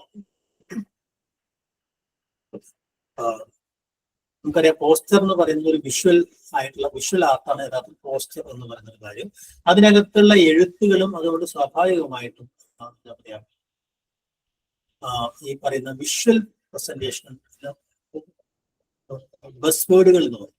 ആ രീതിയിലുള്ള കാച്ചിയായ വാക്കുകൾ ആണ്, വാക്യങ്ങളെക്കാൾ വാക്കുകളാണ് പലപ്പോഴും, അല്ലെങ്കിൽ മൂല വാക്യങ്ങളാണ് പ്രധാനമായിട്ടും നമ്മൾ വളരെ ഡീറ്റെയിൽ ആയിട്ടും വളരെ ലെങ്തി ആയിട്ട് വാക്യങ്ങൾ പോസ്റ്ററുകളിൽ ഉപയോഗിക്കാതിരിക്കുക. ഇതിന് ഓരോ സ്ലോഗനുകളൊക്കെ ഉപയോഗിക്കുന്ന, മുദ്രാവാക്യങ്ങളൊക്കെ ഉപയോഗിക്കുന്ന തരത്തിലുള്ള, ബസ് വേർഡുകളൊക്കെ ഉപയോഗിക്കുന്ന തരത്തിലുള്ള വാക്കുകൾ ഉപയോഗിക്കുക എന്നതാണ് പോസ്റ്റർ റൈറ്റിങ്ങിന്റെ പ്രത്യേകത എന്ന് പറയുന്നത്. അപ്പൊ എപ്പോഴും പോസ്റ്റർ എന്ന് പറയുന്ന സാധനം വളരെ എന്താ പറയാ, ഒരു ദൂരെ നിന്ന് തന്നെ ആളുകൾക്ക് പെട്ടെന്ന് കണ്ണിൽ, സിനിമ പോസ്റ്റർ പോലൊക്കെ നമുക്ക് വളരെ പെട്ടെന്ന് തന്നെ നമ്മുടെ കണ്ണിലേക്ക് അട്രാക്ട് ചെയ്യുന്ന ഒരുപാട് വിവരങ്ങൾ അതിലൂടെ എത്തുകയല്ല, ബേസിക് ആയ ചില ഇൻഫോർമേഷൻസ് വളരെ പെട്ടെന്ന് പെനട്രേറ്റ് ചെയ്യുന്ന രീതിയിൽ ക്യാച്ച് ആയിട്ട് അവതരിപ്പിക്കുക എന്നതാണ് ഈ പറയുന്ന പോസ്റ്റർ റൈറ്റിങ്ങിന്റെ പ്രത്യേകത എന്നത് അല്ലെ. അത് വിഷ്വൽ കമ്മ്യൂണിക്കേഷൻ അവിടെ പ്രാധാന്യം, ദൃശ്യവിനിമയത്തിനാണ് അവിടെ പ്രാധാന്യം. ആശയവിനിമയത്തെക്കാൾ ദൃശ്യപരതയ്ക്ക് അതുകൊണ്ട് തന്നെ ഒരു പ്രത്യേക ആശയത്തെ വിഷ്വലിലൂടെ പ്രൊമോട്ട് ചെയ്യുക എന്നുള്ള ഒരു മെസ്സേജിനെ ഐ കാച്ചിങ് ആയിട്ട് പെട്ടെന്ന് തന്നെ നമ്മുടെ കണ്ണുകൾക്ക് പിടിച്ചെടുക്കാവുന്ന രീതിയിലേക്ക് അവതരിപ്പിക്കുക. അപ്പൊ അതുകൊണ്ട് തന്നെ അതിനകത്ത് അതിന്റെ പ്രസന്റേഷൻ, അവതരണത്തിലാണ്, ആശയത്തിനല്ല അവിടെ പ്രാധാന്യം, അല്ലെങ്കിൽ അതിന്റെ വിവരണത്തിനല്ല അവിടെ പ്രാധാന്യം എന്ന് പറയുന്നത്. അറ്റൻഷൻ സീക്ക് ചെയ്യുക എന്നുള്ളതാണ് ഒരു മെസ്സേജിനെ, ഒരു ഉള്ളടക്കത്തെ വളരെ പെട്ടെന്ന് ആളുകളിലേക്ക് എത്തിക്കുക എന്നുള്ള ലക്ഷ്യമാണ് പോസ്റ്ററുകൾക്കുള്ളത്. നോട്ടീസിൽ നിന്ന് അത് വളരെ വ്യത്യസ്തമാണ് അല്ലെ. അപ്പൊ അതുകൊണ്ട് തന്നെ ഒരു അട്രാക്റ്റീവ് ഡിസൈൻ ഉണ്ടാവുക, നോട്ടീസ് ഡിസൈൻ എന്ന് പറഞ്ഞ സാധനം. അപ്പൊ വളരെ എന്താ പറയാ, വിഷ്വലി അപ്പീലിംഗ് ആയിട്ടുള്ള, ആളുകൾക്ക് പെട്ടെന്ന് തന്നെ ഇഷ്ടം തോന്നുന്ന രീതിയിൽ വളരെ ക്രിയേറ്റീവ് ആയ ഒരു ഡിസൈൻ ഉണ്ടാവുക എന്നുള്ളതാണ് ഏറ്റവും പ്രധാനപ്പെട്ട കാര്യം അല്ലെ. അതോടൊപ്പം തന്നെ സാധാരണഗതിയിൽ ഗ്രാഫിക്കുകളും അല്ലെങ്കിൽ ഇമേജുകൾ, ചിത്രങ്ങളും അല്ലെങ്കിൽ ചില ഇല്ലസ്ട്രേഷൻസ് ഒക്കെ ഉൾപ്പെടുത്തിക്കൊണ്ടായിരിക്കാണ് സാധാരണ പോസ്റ്ററുകൾ തയ്യാറാക്കുക. ഉള്ളടക്കത്തെ സംബന്ധിച്ചാണെങ്കിൽ വളരെ ഷോർട്ടായിട്ട്, വളരെ ചെറിയ, വളരെ ഡയറക്റ്റ് ആയിട്ടുള്ള, നേരിട്ടുള്ള വാക്യങ്ങൾ അല്ലെങ്കിൽ ശൈലികൾ ഉപയോഗിക്കുക എന്നുള്ള ആ കൺസൈസ് ആയിട്ടുള്ള കണ്ടന്റ്. ഒരു കാര്യത്തിൽ ഒരുപാട് വിശദീകരിക്കേണ്ട, ഇന്ന ദിവസം ഇന്നയാൾ പങ്കെടുക്കുന്നു അല്ലെ, അല്ലെങ്കിൽ TD രാമകൃഷ്ണനുമായി മുഖാമുഖം എന്ന് മാത്രമേ ഉണ്ടാവുള്ളൂ അല്ലെ, എഴുത്തുകാരനുമായി സംവാദം അല്ലെ. അപ്പൊ അത് പ്രശസ്ത നോവലിസ്റ്റ് ആകും മറ്റേയാളുന്നത്, അങ്ങനെയുള്ള വിശദീകരണങ്ങളൊന്നും അവിടെ ആവശ്യമില്ല. ഇദ്ദേഹവുമായി നിങ്ങളുമായി സംവദിക്കുന്നു, സ്ഥലം ഇന്ന സമയം, ഒരു കോളനിട്ട് സമയത്ത് സ്ഥലം, അല്ലെങ്കിൽ വെനു സെമിനാർ അല്ലെ, ഓർഗനൈസ്ഡ് ബൈ ഇന്നത്. ഇങ്ങനെ വളരെ ബുള്ളറ്റ് ഫോമിലാണ് അവിടെ കാര്യങ്ങൾ അവതരിപ്പിക്കുക. അതിനെ ഇന്നയാൾ സംഘടിപ്പിക്കുകയും മറ്റേയാൾ ഇന്നയാളുകൾ സംവാദങ്ങൾ ഉണ്ടാവും, ഇന്ന സ്ഥലത്ത് ഇന്ന ആണ് എന്ന രീതിയിലുള്ള വിശദാംശങ്ങളോട് കൂടിയ പൂർണ്ണ വാക്യങ്ങളായിരിക്കില്ല പോസ്റ്ററുകളിൽ ഉണ്ടാവുക. അതാണ് നോട്ടീസും പോസ്റ്ററും തമ്മിൽ പ്രധാനപ്പെട്ട വ്യത്യാസം. അപ്പൊ അതുകൊണ്ട് തന്നെ ഐ കാച്ചിങ് ആയിട്ടുള്ള, വളരെ പെട്ടെന്ന് തന്നെ കണ്ണുകൾ പിടിച്ചെടുക്കാവുന്ന ഒരു തലക്കെട്ട് ഉണ്ടാവുക. ആ തലക്കെട്ടുമായി ബന്ധപ്പെട്ട ചില വിശദാംശങ്ങൾ കൊടുക്കുക. വിശദമാക്കലല്ല, വിശദാംശം എന്ന് പറഞ്ഞാൽ ഒരു വളരെ വിശദമായ ഒരു കാര്യത്തിന്റെ അംശം മാത്രം കൊടുക്കുക എന്ന് പറയുന്ന വിശദാംശങ്ങൾ കൊടുക്കുക അല്ലെ. അതോടൊപ്പം തന്നെ അതിന്റെ ഇപ്പൊ നമ്മൾ സാധാരണ ടെക്സ്റ്റിലൊക്കെ ചെയ്യുന്ന പോലെ നമ്മൾ ഹെഡ്ലൈൻ 1, ഹെഡ്ലൈൻ 2, ഹെഡ്ലൈൻ 3 എന്ന രീതിയിലേക്ക് വളരെ ബോൾഡായ സാധനങ്ങൾ ആദ്യം കൊടുക്കുക. അങ്ങനെ പല എല്ലാം ഒരേ സൈസിലുള്ള ഫോണ്ടുകൾ ഉണ്ടാവുക. മറ്റേ തലക്കെട്ട് വലിയ ഫോണ്ടായിരിക്കും, അതിന് താഴെ കുറച്ചുകൂടി ചെറിയ ഫോണ്ടിലേക്ക് മറ്റുള്ള ഭാഗങ്ങൾ ഉണ്ടായിരിക്കും. പിന്നെ ഹെഡിങ് 3 ആയിരിക്കും അല്ലെ. അങ്ങനെ പല ബോൾഡുകൾ, പലതരം ഫോണ്ടുകൾ ഉപയോഗിക്കുക, പലതരം. അപ്പൊ അതൊക്കെ ആളുകൾക്ക് ഏറ്റവും പ്രധാനപ്പെട്ട പോയിന്റുകൾ കിട്ടുന്നതിന് വേണ്ടി ബുള്ളറ്റ് ഫോമുകൾ ഉപയോഗിക്കുക, പല എന്താ പറയുക വലുപ്പത്തിലുള്ള അക്ഷരങ്ങൾ ഉപയോഗിക്കുക. ഇതൊക്കെ വളരെ പ്രധാനപ്പെട്ട ഒരു കാര്യമാണ്. അപ്പൊ അതുകൊണ്ട് തന്നെ ആ രീതിയിൽ എപ്പോഴും നമുക്ക് എന്തെങ്കിലും ആക്ഷൻ പ്രേരിപ്പിക്കുന്ന, നമ്മുടെ ചിന്തയെ പ്രേരിപ്പിക്കുന്ന, ചില പ്രത്യേക കാര്യങ്ങൾ നമ്മളിലേക്ക് എത്തിക്കുന്ന, അല്ലെങ്കിൽ ചില കാര്യങ്ങൾ നിങ്ങളും പങ്കെടുക്കുക, ഇന്ന സ്ഥലത്ത് ഇങ്ങനെ ചെയ്യുക, അല്ലെ പങ്കെടുക്കുക, ഈ രജിസ്റ്റർ ഇപ്പോൾ രജിസ്റ്റർ ചെയ്യാം എന്നൊക്കെ പറയുന്ന രീതിയിൽ നമ്മളെ ഏതെങ്കിലും ഒരു ആക്ഷനിലേക്ക്, ഒരു ക്രിയയിലേക്ക് പ്രേരിപ്പിക്കുന്ന തരത്തിൽ CTA എന്ന് പറയും, കാൾ ടു ആക്ഷൻ അല്ലെ. അപ്പൊ എല്ലാ പോസ്റ്ററുകളും ഒരു കാൾ ടു ആക്ഷൻ സ്വഭാവത്തിലുള്ള ഒരു കാര്യമായിരിക്കുന്നതാണ്. മിനിമലിസം എന്ന് പറയുന്നത്, മിനിമൽ ടെക്സ്റ്റ് എന്ന് പറയുന്ന പോസ്റ്ററുകളുടെ ഏറ്റവും വലിയ പ്രത്യേകതയായിരിക്കും. ഞാൻ നേരത്തെ പറഞ്ഞതുപോലെ ആ പ്രധാനപ്പെട്ട ഒരു 5 W-കളായിരിക്കും അതിന്റെ ടെക്സ്റ്റ് ഉണ്ടായിരുന്നത് അല്ലെ. വാട്ട്, എന്താണ് ഇവന്റ് അല്ലെ, എന്താണ് പർപ്പസ്, വാട്ട് എന്ന് പറയുന്ന സാധനം എന്താണത് അല്ലെ. ഉദാഹരണത്തിന് സംവാദം അല്ലെ, ഇന്നയാളുമായി മുഖാമുഖം, അതായിരിക്കും എന്താണ് അല്ലെ. പിന്നെ ആകുമ്പോൾ എന്താണ് അതിന്റെ ഡേറ്റ് ഉണ്ടെങ്കിൽ എവിടെയാണ്, ദ വെന്യൂ ഓർ ലൊക്കേഷൻ ആയിരിക്കും, എവിടെയാണ് അല്ലെ. അപ്പൊ വാട്ട് എന്താണ് അല്ലെ, എപ്പോഴാണ് അല്ലെ, എവിടെയാണ് അല്ലെ. പിന്നെ ആരാണ്, ഹു ആർ ദ ഓർഗനൈസേഴ്സ്, അല്ലെങ്കിൽ ഹു ക്യാൻ പാർട്ടിസിപ്പേറ്റ് അല്ലെ, എല്ലാവർക്കും സ്വാഗതം, പ്രതിനിധികൾക്ക് മാത്രം അല്ലെ, അല്ലെങ്കിൽ പ്രവേശനം പാസ് മൂലം എന്നൊക്കെ പറയുന്ന ഒരു ഹു എന്ന് പറഞ്ഞ സാധനം. ചിലപ്പോൾ ചില പോസ്റ്ററുകളാണെങ്കിൽ ഇന്ന ധനശേഖരണത്തിന് വേണ്ടി അല്ലെ, ഇന്ന ആവശ്യത്തിന് വേണ്ടി, അല്ലെങ്കിൽ ഇന്ന കോഴ്സിന്റെ ഭാഗമായി എന്നൊക്കെ പറഞ്ഞ ഒരു വൈയും ഉണ്ടായിരിക്കും. ആ വൈ ഏറ്റവും അവസാനമാണ് എഴുതുക. ഇത്രയും കാര്യങ്ങളാണ് സാധാരണഗതിയിൽ അല്ല. ആ 5W ആണ് പൊതുവെ ഒരു മിനിമൽ ടെക്സ്റ്റ്, അത് ഉൾപ്പെടുന്ന ഒരു മിനിമൽ ടെക്സ്റ്റ് ആയിരിക്കും പോസ്റ്ററിന്റെ കണ്ടന്റ് എന്ന് പറയുന്നത്. അതിനകത്ത് ആ ലേ ഔട്ട് എന്ന് പറയുന്നത് വളരെ പ്രധാനപ്പെട്ട കാര്യമാണ്. അതോടൊപ്പം തന്നെ സ്ലോഗനുകൾ ഉപയോഗിക്കുക, മുദ്രാവാക്യങ്ങളോ അല്ലെങ്കിൽ ഇത്തരം ശൈലീകരിക്കപ്പെട്ട സംഗതികളോ ഉപയോഗിക്കുക എന്ന് പറയുന്നത്. അതിന്റെ റിതമിക് പാറ്റേൺ, അതിന്റെ താളക്രമം അല്ലെ. ഉദാഹരണമായിട്ട് plan trees save the earth എന്നൊക്കെ പറഞ്ഞില്ല, അല്ലെങ്കിൽ നാവടക്കൂ പണിയെടുക്കും എന്നൊക്കെ പറയുന്ന രീതിയിൽ ചില സ്ലോഗനുകളുടെ സ്വഭാവത്തിൽ അങ്ങനത്തെ താളങ്ങളൊക്കെ ഉണ്ടാകുന്ന ഒരു താളബദ്ധമായ വാക്യങ്ങളൊക്കെ ഉപയോഗിക്കുക തുടങ്ങിയ കാര്യങ്ങളൊക്കെ ഈ പോസ്റ്റർ റൈറ്റിങ്ങിന്റെ പ്രത്യേകതയാണ് എന്നുള്ളതാണ്. നോട്ടീസ് എന്ന് പറയുന്നത്, അപ്പൊ പോസ്റ്റർ എന്ന് പറയുന്നത് പലപ്പോഴും ഒരു പ്രത്യേക എന്താ പറയാ, പോസ്റ്റർ നോട്ടീസ് എന്നുള്ള വ്യത്യാസം. പോസ്റ്റർ എന്ന് പറയുന്ന ഒരു പ്രത്യേക ഇവന്റിനെ അല്ലെങ്കിൽ ഒരു പ്രത്യേക കാര്യത്തെ ചില പ്രത്യേക പ്രചാരണമായിരിക്കാം. അപ്പൊ ഉദാഹരണമായിട്ട് നമ്മൾ പുകയില എതിരായിട്ട് ഒരു പോസ്റ്റർ ചെയ്യുന്നു അല്ലെ. അപ്പൊ അങ്ങനെ രീതിയിൽ ഏതെങ്കിലും ചില ആശയങ്ങളെ അല്ലെങ്കിൽ ചില കാരണങ്ങളെ, ചില കാര്യങ്ങളെ, അല്ലെങ്കിൽ എന്താ പറയാ, ഇന്ന സഹായനിധി എന്നൊക്കെ പറഞ്ഞാൽ സിനിമയായിരിക്കാം, ഇവന്റുകളായിരിക്കാം അല്ലെ. അപ്പൊ അതിലേക്ക് ആളുകളെ അട്രാക്ട് ചെയ്യുക എന്നതാണ്, അതിലേക്ക് ആകർഷിക്കുക അല്ലെങ്കിൽ അതിനെ പ്രൊമോട്ട് ചെയ്യുക എന്നാണ് പോസ്റ്ററിന്റെ ലക്ഷ്യമെങ്കിൽ, നോട്ടീസ് എന്ന് പറയുന്നത് ഒരു പ്രത്യേക സംഗതിയെ കുറിച്ച്, ഒരു പ്രത്യേക കാര്യത്തെക്കുറിച്ചുള്ള വിവരങ്ങൾ നൽകുക എന്നതാണ്. നോട്ടിഫൈ ചെയ്യുക, ഇൻഫോം ചെയ്യുക. അപ്പോൾ വിവരങ്ങൾ നൽകുക, വിവരങ്ങളും വിശദാംശങ്ങളും നൽകുക എന്നതാണ് നോട്ടീസിന്റെ പ്രത്യേകതയെങ്കിൽ, ആ പറയുന്ന സംഗതിയിലേക്ക് ആളുകളെ ആകർഷിക്കുക എന്നതാണ്, അല്ലെങ്കിൽ അതിനെ പ്രൊമോട്ട് ചെയ്യുക എന്നതാണ് പോസ്റ്ററിന്റെ. അപ്പൊ രണ്ടിനും രണ്ട് പർപ്പസ് തന്നെയാണ്. പോസ്റ്ററിനും നോട്ടീസിനും രണ്ട് പർപ്പസ് തന്നെയാണ് അല്ലെ. അപ്പൊ നമ്മൾ പോസ്റ്റർ മറ്റാണെങ്കിൽ മാന്യരെ അല്ലെങ്കിൽ സുഹൃത്തുക്കളെ എന്നൊക്കെ പറഞ്ഞ് ഇന്ന ദിവസം നടക്കുന്ന പരിപാടിയിൽ ഇന്ന വിഷയത്തെ കുറിച്ച് ഇന്നയാൾ സംസാരിക്കുന്നു, അത് ഇന്നയാളുമായിട്ടുള്ള അയാളുടെ കുറെ വിശേഷങ്ങളുണ്ടാവും, അയാൾ സംസാരിക്കുന്നു, ആ യോഗത്തിൽ ഇന്നയാൾ അധ്യക്ഷനായിരിക്കും, എത്ര പേർ പങ്കെടുക്കും, ഇന്ന സ്ഥലത്താണ് ഇത് നടക്കുന്നത്, നിങ്ങൾ എല്ലാവരെയും അതിലേക്ക് സ്വാഗതം ചെയ്യും എന്ന രീതിയിലേക്ക് ഇന്ന ആവശ്യങ്ങൾക്ക് വേണ്ടിയാണ് പരിപാടി നടത്തുന്നതൊക്കെ പറഞ്ഞ് അതിനെ സംബന്ധിച്ച വിവരങ്ങൾ ഒരു കൃത്യമായ ക്രമത്തിൽ എല്ലാ വിവരങ്ങളും കൊടുക്കുന്ന, ഫോർമലായിട്ട് ആളുകളെ വിളിക്കുന്ന ഒരു ഘടനയാണ് നോട്ടീസ് ഉണ്ടാവുക എന്നുള്ളത് അല്ലെ. ഉദാഹരണമായിട്ട് അപ്പൊ നമ്മള് ഇപ്പൊ പുകയില അതുമായി ബന്ധപ്പെട്ട സംഗതിയാണെങ്കിൽ അതുമായി ബന്ധപ്പെട്ട നോട്ടീസ് ഇറക്കുമ്പോൾ അതിന്റെ സ്വഭാവം വേറെ ആയിരിക്കും, പോസ്റ്ററിന് വേറെ ഒരു കാര്യമായിരിക്കും അല്ലെ. മറ്റൊന്ന് ഡിസൈനിന്റെ സ്വഭാവത്തിലാണെങ്കിൽ വളരെ വിഷ്വൽ അപ്പീൽ ഉണ്ടാവുന്ന ഒരു സംഗതി, highly visual with colours and image ആയിരിക്കും പോസ്റ്റർ റൈറ്റിംഗ് ഉണ്ടെങ്കിൽ. മിനിമം വിഷ്വലുള്ള, പലപ്പോഴും ടെക്സ്റ്റുകൾക്ക് പ്രാധാന്യമുള്ള, എഴുത്തിന് പ്രാധാന്യമുള്ള, വിവരങ്ങൾ കൂടുതലായി നൽകുന്ന രീതിയിൽ. ആദ്യകാലത്ത് നിങ്ങൾ പരസ്യങ്ങൾ നോക്കിക്കഴിഞ്ഞാൽ ആദ്യകാല പരസ്യങ്ങളൊക്കെ ഒരു കോൾഗേറ്റ് ടൂത്ത് പേസ്റ്റ് ഉപയോഗിക്കണം എന്ന് പറയുന്നത് എന്തുകൊണ്ട് വന്ന് അതിനെ കുറെ ഗുണഗണങ്ങളൊക്കെ വിശദീകരിക്കുന്ന കുറെ ഡോക്ടർമാരൊക്കെ പറയുന്നത്. പഴയകാല പരസ്യങ്ങൾ അങ്ങനെ ടെക്സ്റ്റുകളാണെങ്കിൽ, ഇപ്പൊ ടെക്സ്റ്റുകൾ ഏറ്റവും കുറഞ്ഞ ചില വിഷ്വൽസ് അല്ലെങ്കിൽ ചില വെറും ഇമേജ് മാത്രമായി ഒരു ടെക്സ്റ്റ് പോലും ഇല്ലാത്ത ആഡുകൾ, പരസ്യങ്ങൾ നമുക്ക് ഇപ്പൊ കാണാൻ കഴിയും അല്ലെ. അപ്പൊ ആ രീതിയിൽ വിഷ്വൽ ഇതിനകത്താണ് പോസ്റ്ററുകളിലും പരസ്യങ്ങളിലും കൂടുതൽ പ്രാധാന്യമുണ്ടെങ്കിൽ ഈ നോട്ടീസുകൾക്കൊക്കെ എപ്പോഴും ഉണ്ടാവുന്ന ഒരു കാര്യം അത് അറിയിപ്പ് എന്ന അർത്ഥത്തിലാണ് ഉണ്ടാവുക അല്ലെ. സർഗാത്മകതയ്ക്ക് ക്രിയേറ്റീവ് ലേ ഔട്ടിനോ സർഗാത്മകതയ്ക്ക് പോസ്റ്ററിൽ പ്രാധാന്യമുണ്ടെങ്കിൽ ഈ കാര്യങ്ങളെ ഡീറ്റെയിൽ ചെയ്യുക, എക്സ്പ്ലെയിൻ ചെയ്യുക എന്ന രീതിയിൽ, പൂർണ്ണ വാക്യങ്ങൾ എഴുതുന്ന രീതിയിൽ ഒട്ടും സർഗാത്മകമായ അല്ലാത്ത വളരെ ഔപചാരികമായ സംഗതിയായിരിക്കും നോട്ടീസിന്റെ രചന എന്നാണ്. പോസ്റ്റർ രചന സർഗാത്മകമാണെങ്കിൽ നോട്ടീസിന്റെ രചന എന്ന് പറയുന്നത് ഔപചാരികമായിരിക്കുന്നതാണ്. അപ്പൊ ഭാഷയുമായ രീതിയിൽ വളരെ എൻഗേജിങ്ങും ക്രിയേറ്റീവുമായിരിക്കും പോസ്റ്ററുകളുടെ ഭാഷയെങ്കിൽ, വളരെ ഫോർമലും വളരെ സ്ട്രേറ്റ് ഫോർവേഡ് ആയിട്ടുള്ള കാര്യങ്ങൾ നേരിട്ട് പറയുക, പ്രത്യക്ഷ ഭാഷണത്തിന്റെ രീതിയായിരിക്കും നോട്ടീസിന്റെ രചനയിൽ ഉണ്ടാവുക എന്നുള്ളതാണ് അല്ലെ. ഒരു വലിയ പബ്ലിക്കിനെ ഒരുമിച്ച് അഡ്രസ് ചെയ്യുന്നതായിരിക്കും പൊതുവെ ഈ പോസ്റ്ററുകൾ ചെയ്യുന്നതെങ്കിൽ ഒരാളെ ഇപ്പൊ സുഹൃത്തെ എന്നൊക്കെ പറഞ്ഞ രീതിയിൽ പലപ്പോഴും അനൗൺസ്മെന്റിന്റെ രീതിയിലേക്ക് കുറച്ചുകൂടെ പേഴ്സണൽ ആയിട്ട് താങ്കളും പങ്കെടുക്കുമല്ലോ എന്നൊക്കെ പറയുന്ന രീതിയിലേക്കുള്ള ഇത്തരം നോട്ടീസ് റൈറ്റിംഗിൽ അങ്ങനെ വരാറുണ്ട് അല്ലെ. അപ്പോ പറഞ്ഞത് പോസ്റ്റർ രചനയിലും അതുപോലെ തന്നെ നോട്ടീസ് രചനയിലും തമ്മിലുള്ള എന്താ പറയാ പ്രധാനപ്പെട്ട വ്യത്യാസങ്ങളെ കുറിച്ചിട്ടാണ്. എന്തെങ്കിലും സംശയമുണ്ടോ അതിനകത്ത്? വേറെ ഏതെങ്കിലും ഇതുപോലെ റൈറ്റിംഗിന്റെ എസ്സേ എന്താന്ന് പറഞ്ഞു, റിസർച്ച് ആർട്ടിക്കിൾ എന്താന്ന് പറഞ്ഞു അല്ലെ, ഏതാണ്ടെല്ലാ കാര്യങ്ങളും അതിനകത്ത് പലതരം അക്കാദമിക രചനകളുടെ പല രൂപങ്ങളെ കുറിച്ചാണ് നമ്മൾ പറഞ്ഞത്. എന്തെങ്കിലും സംശയം ഉണ്ടോ മേഖലയിൽ?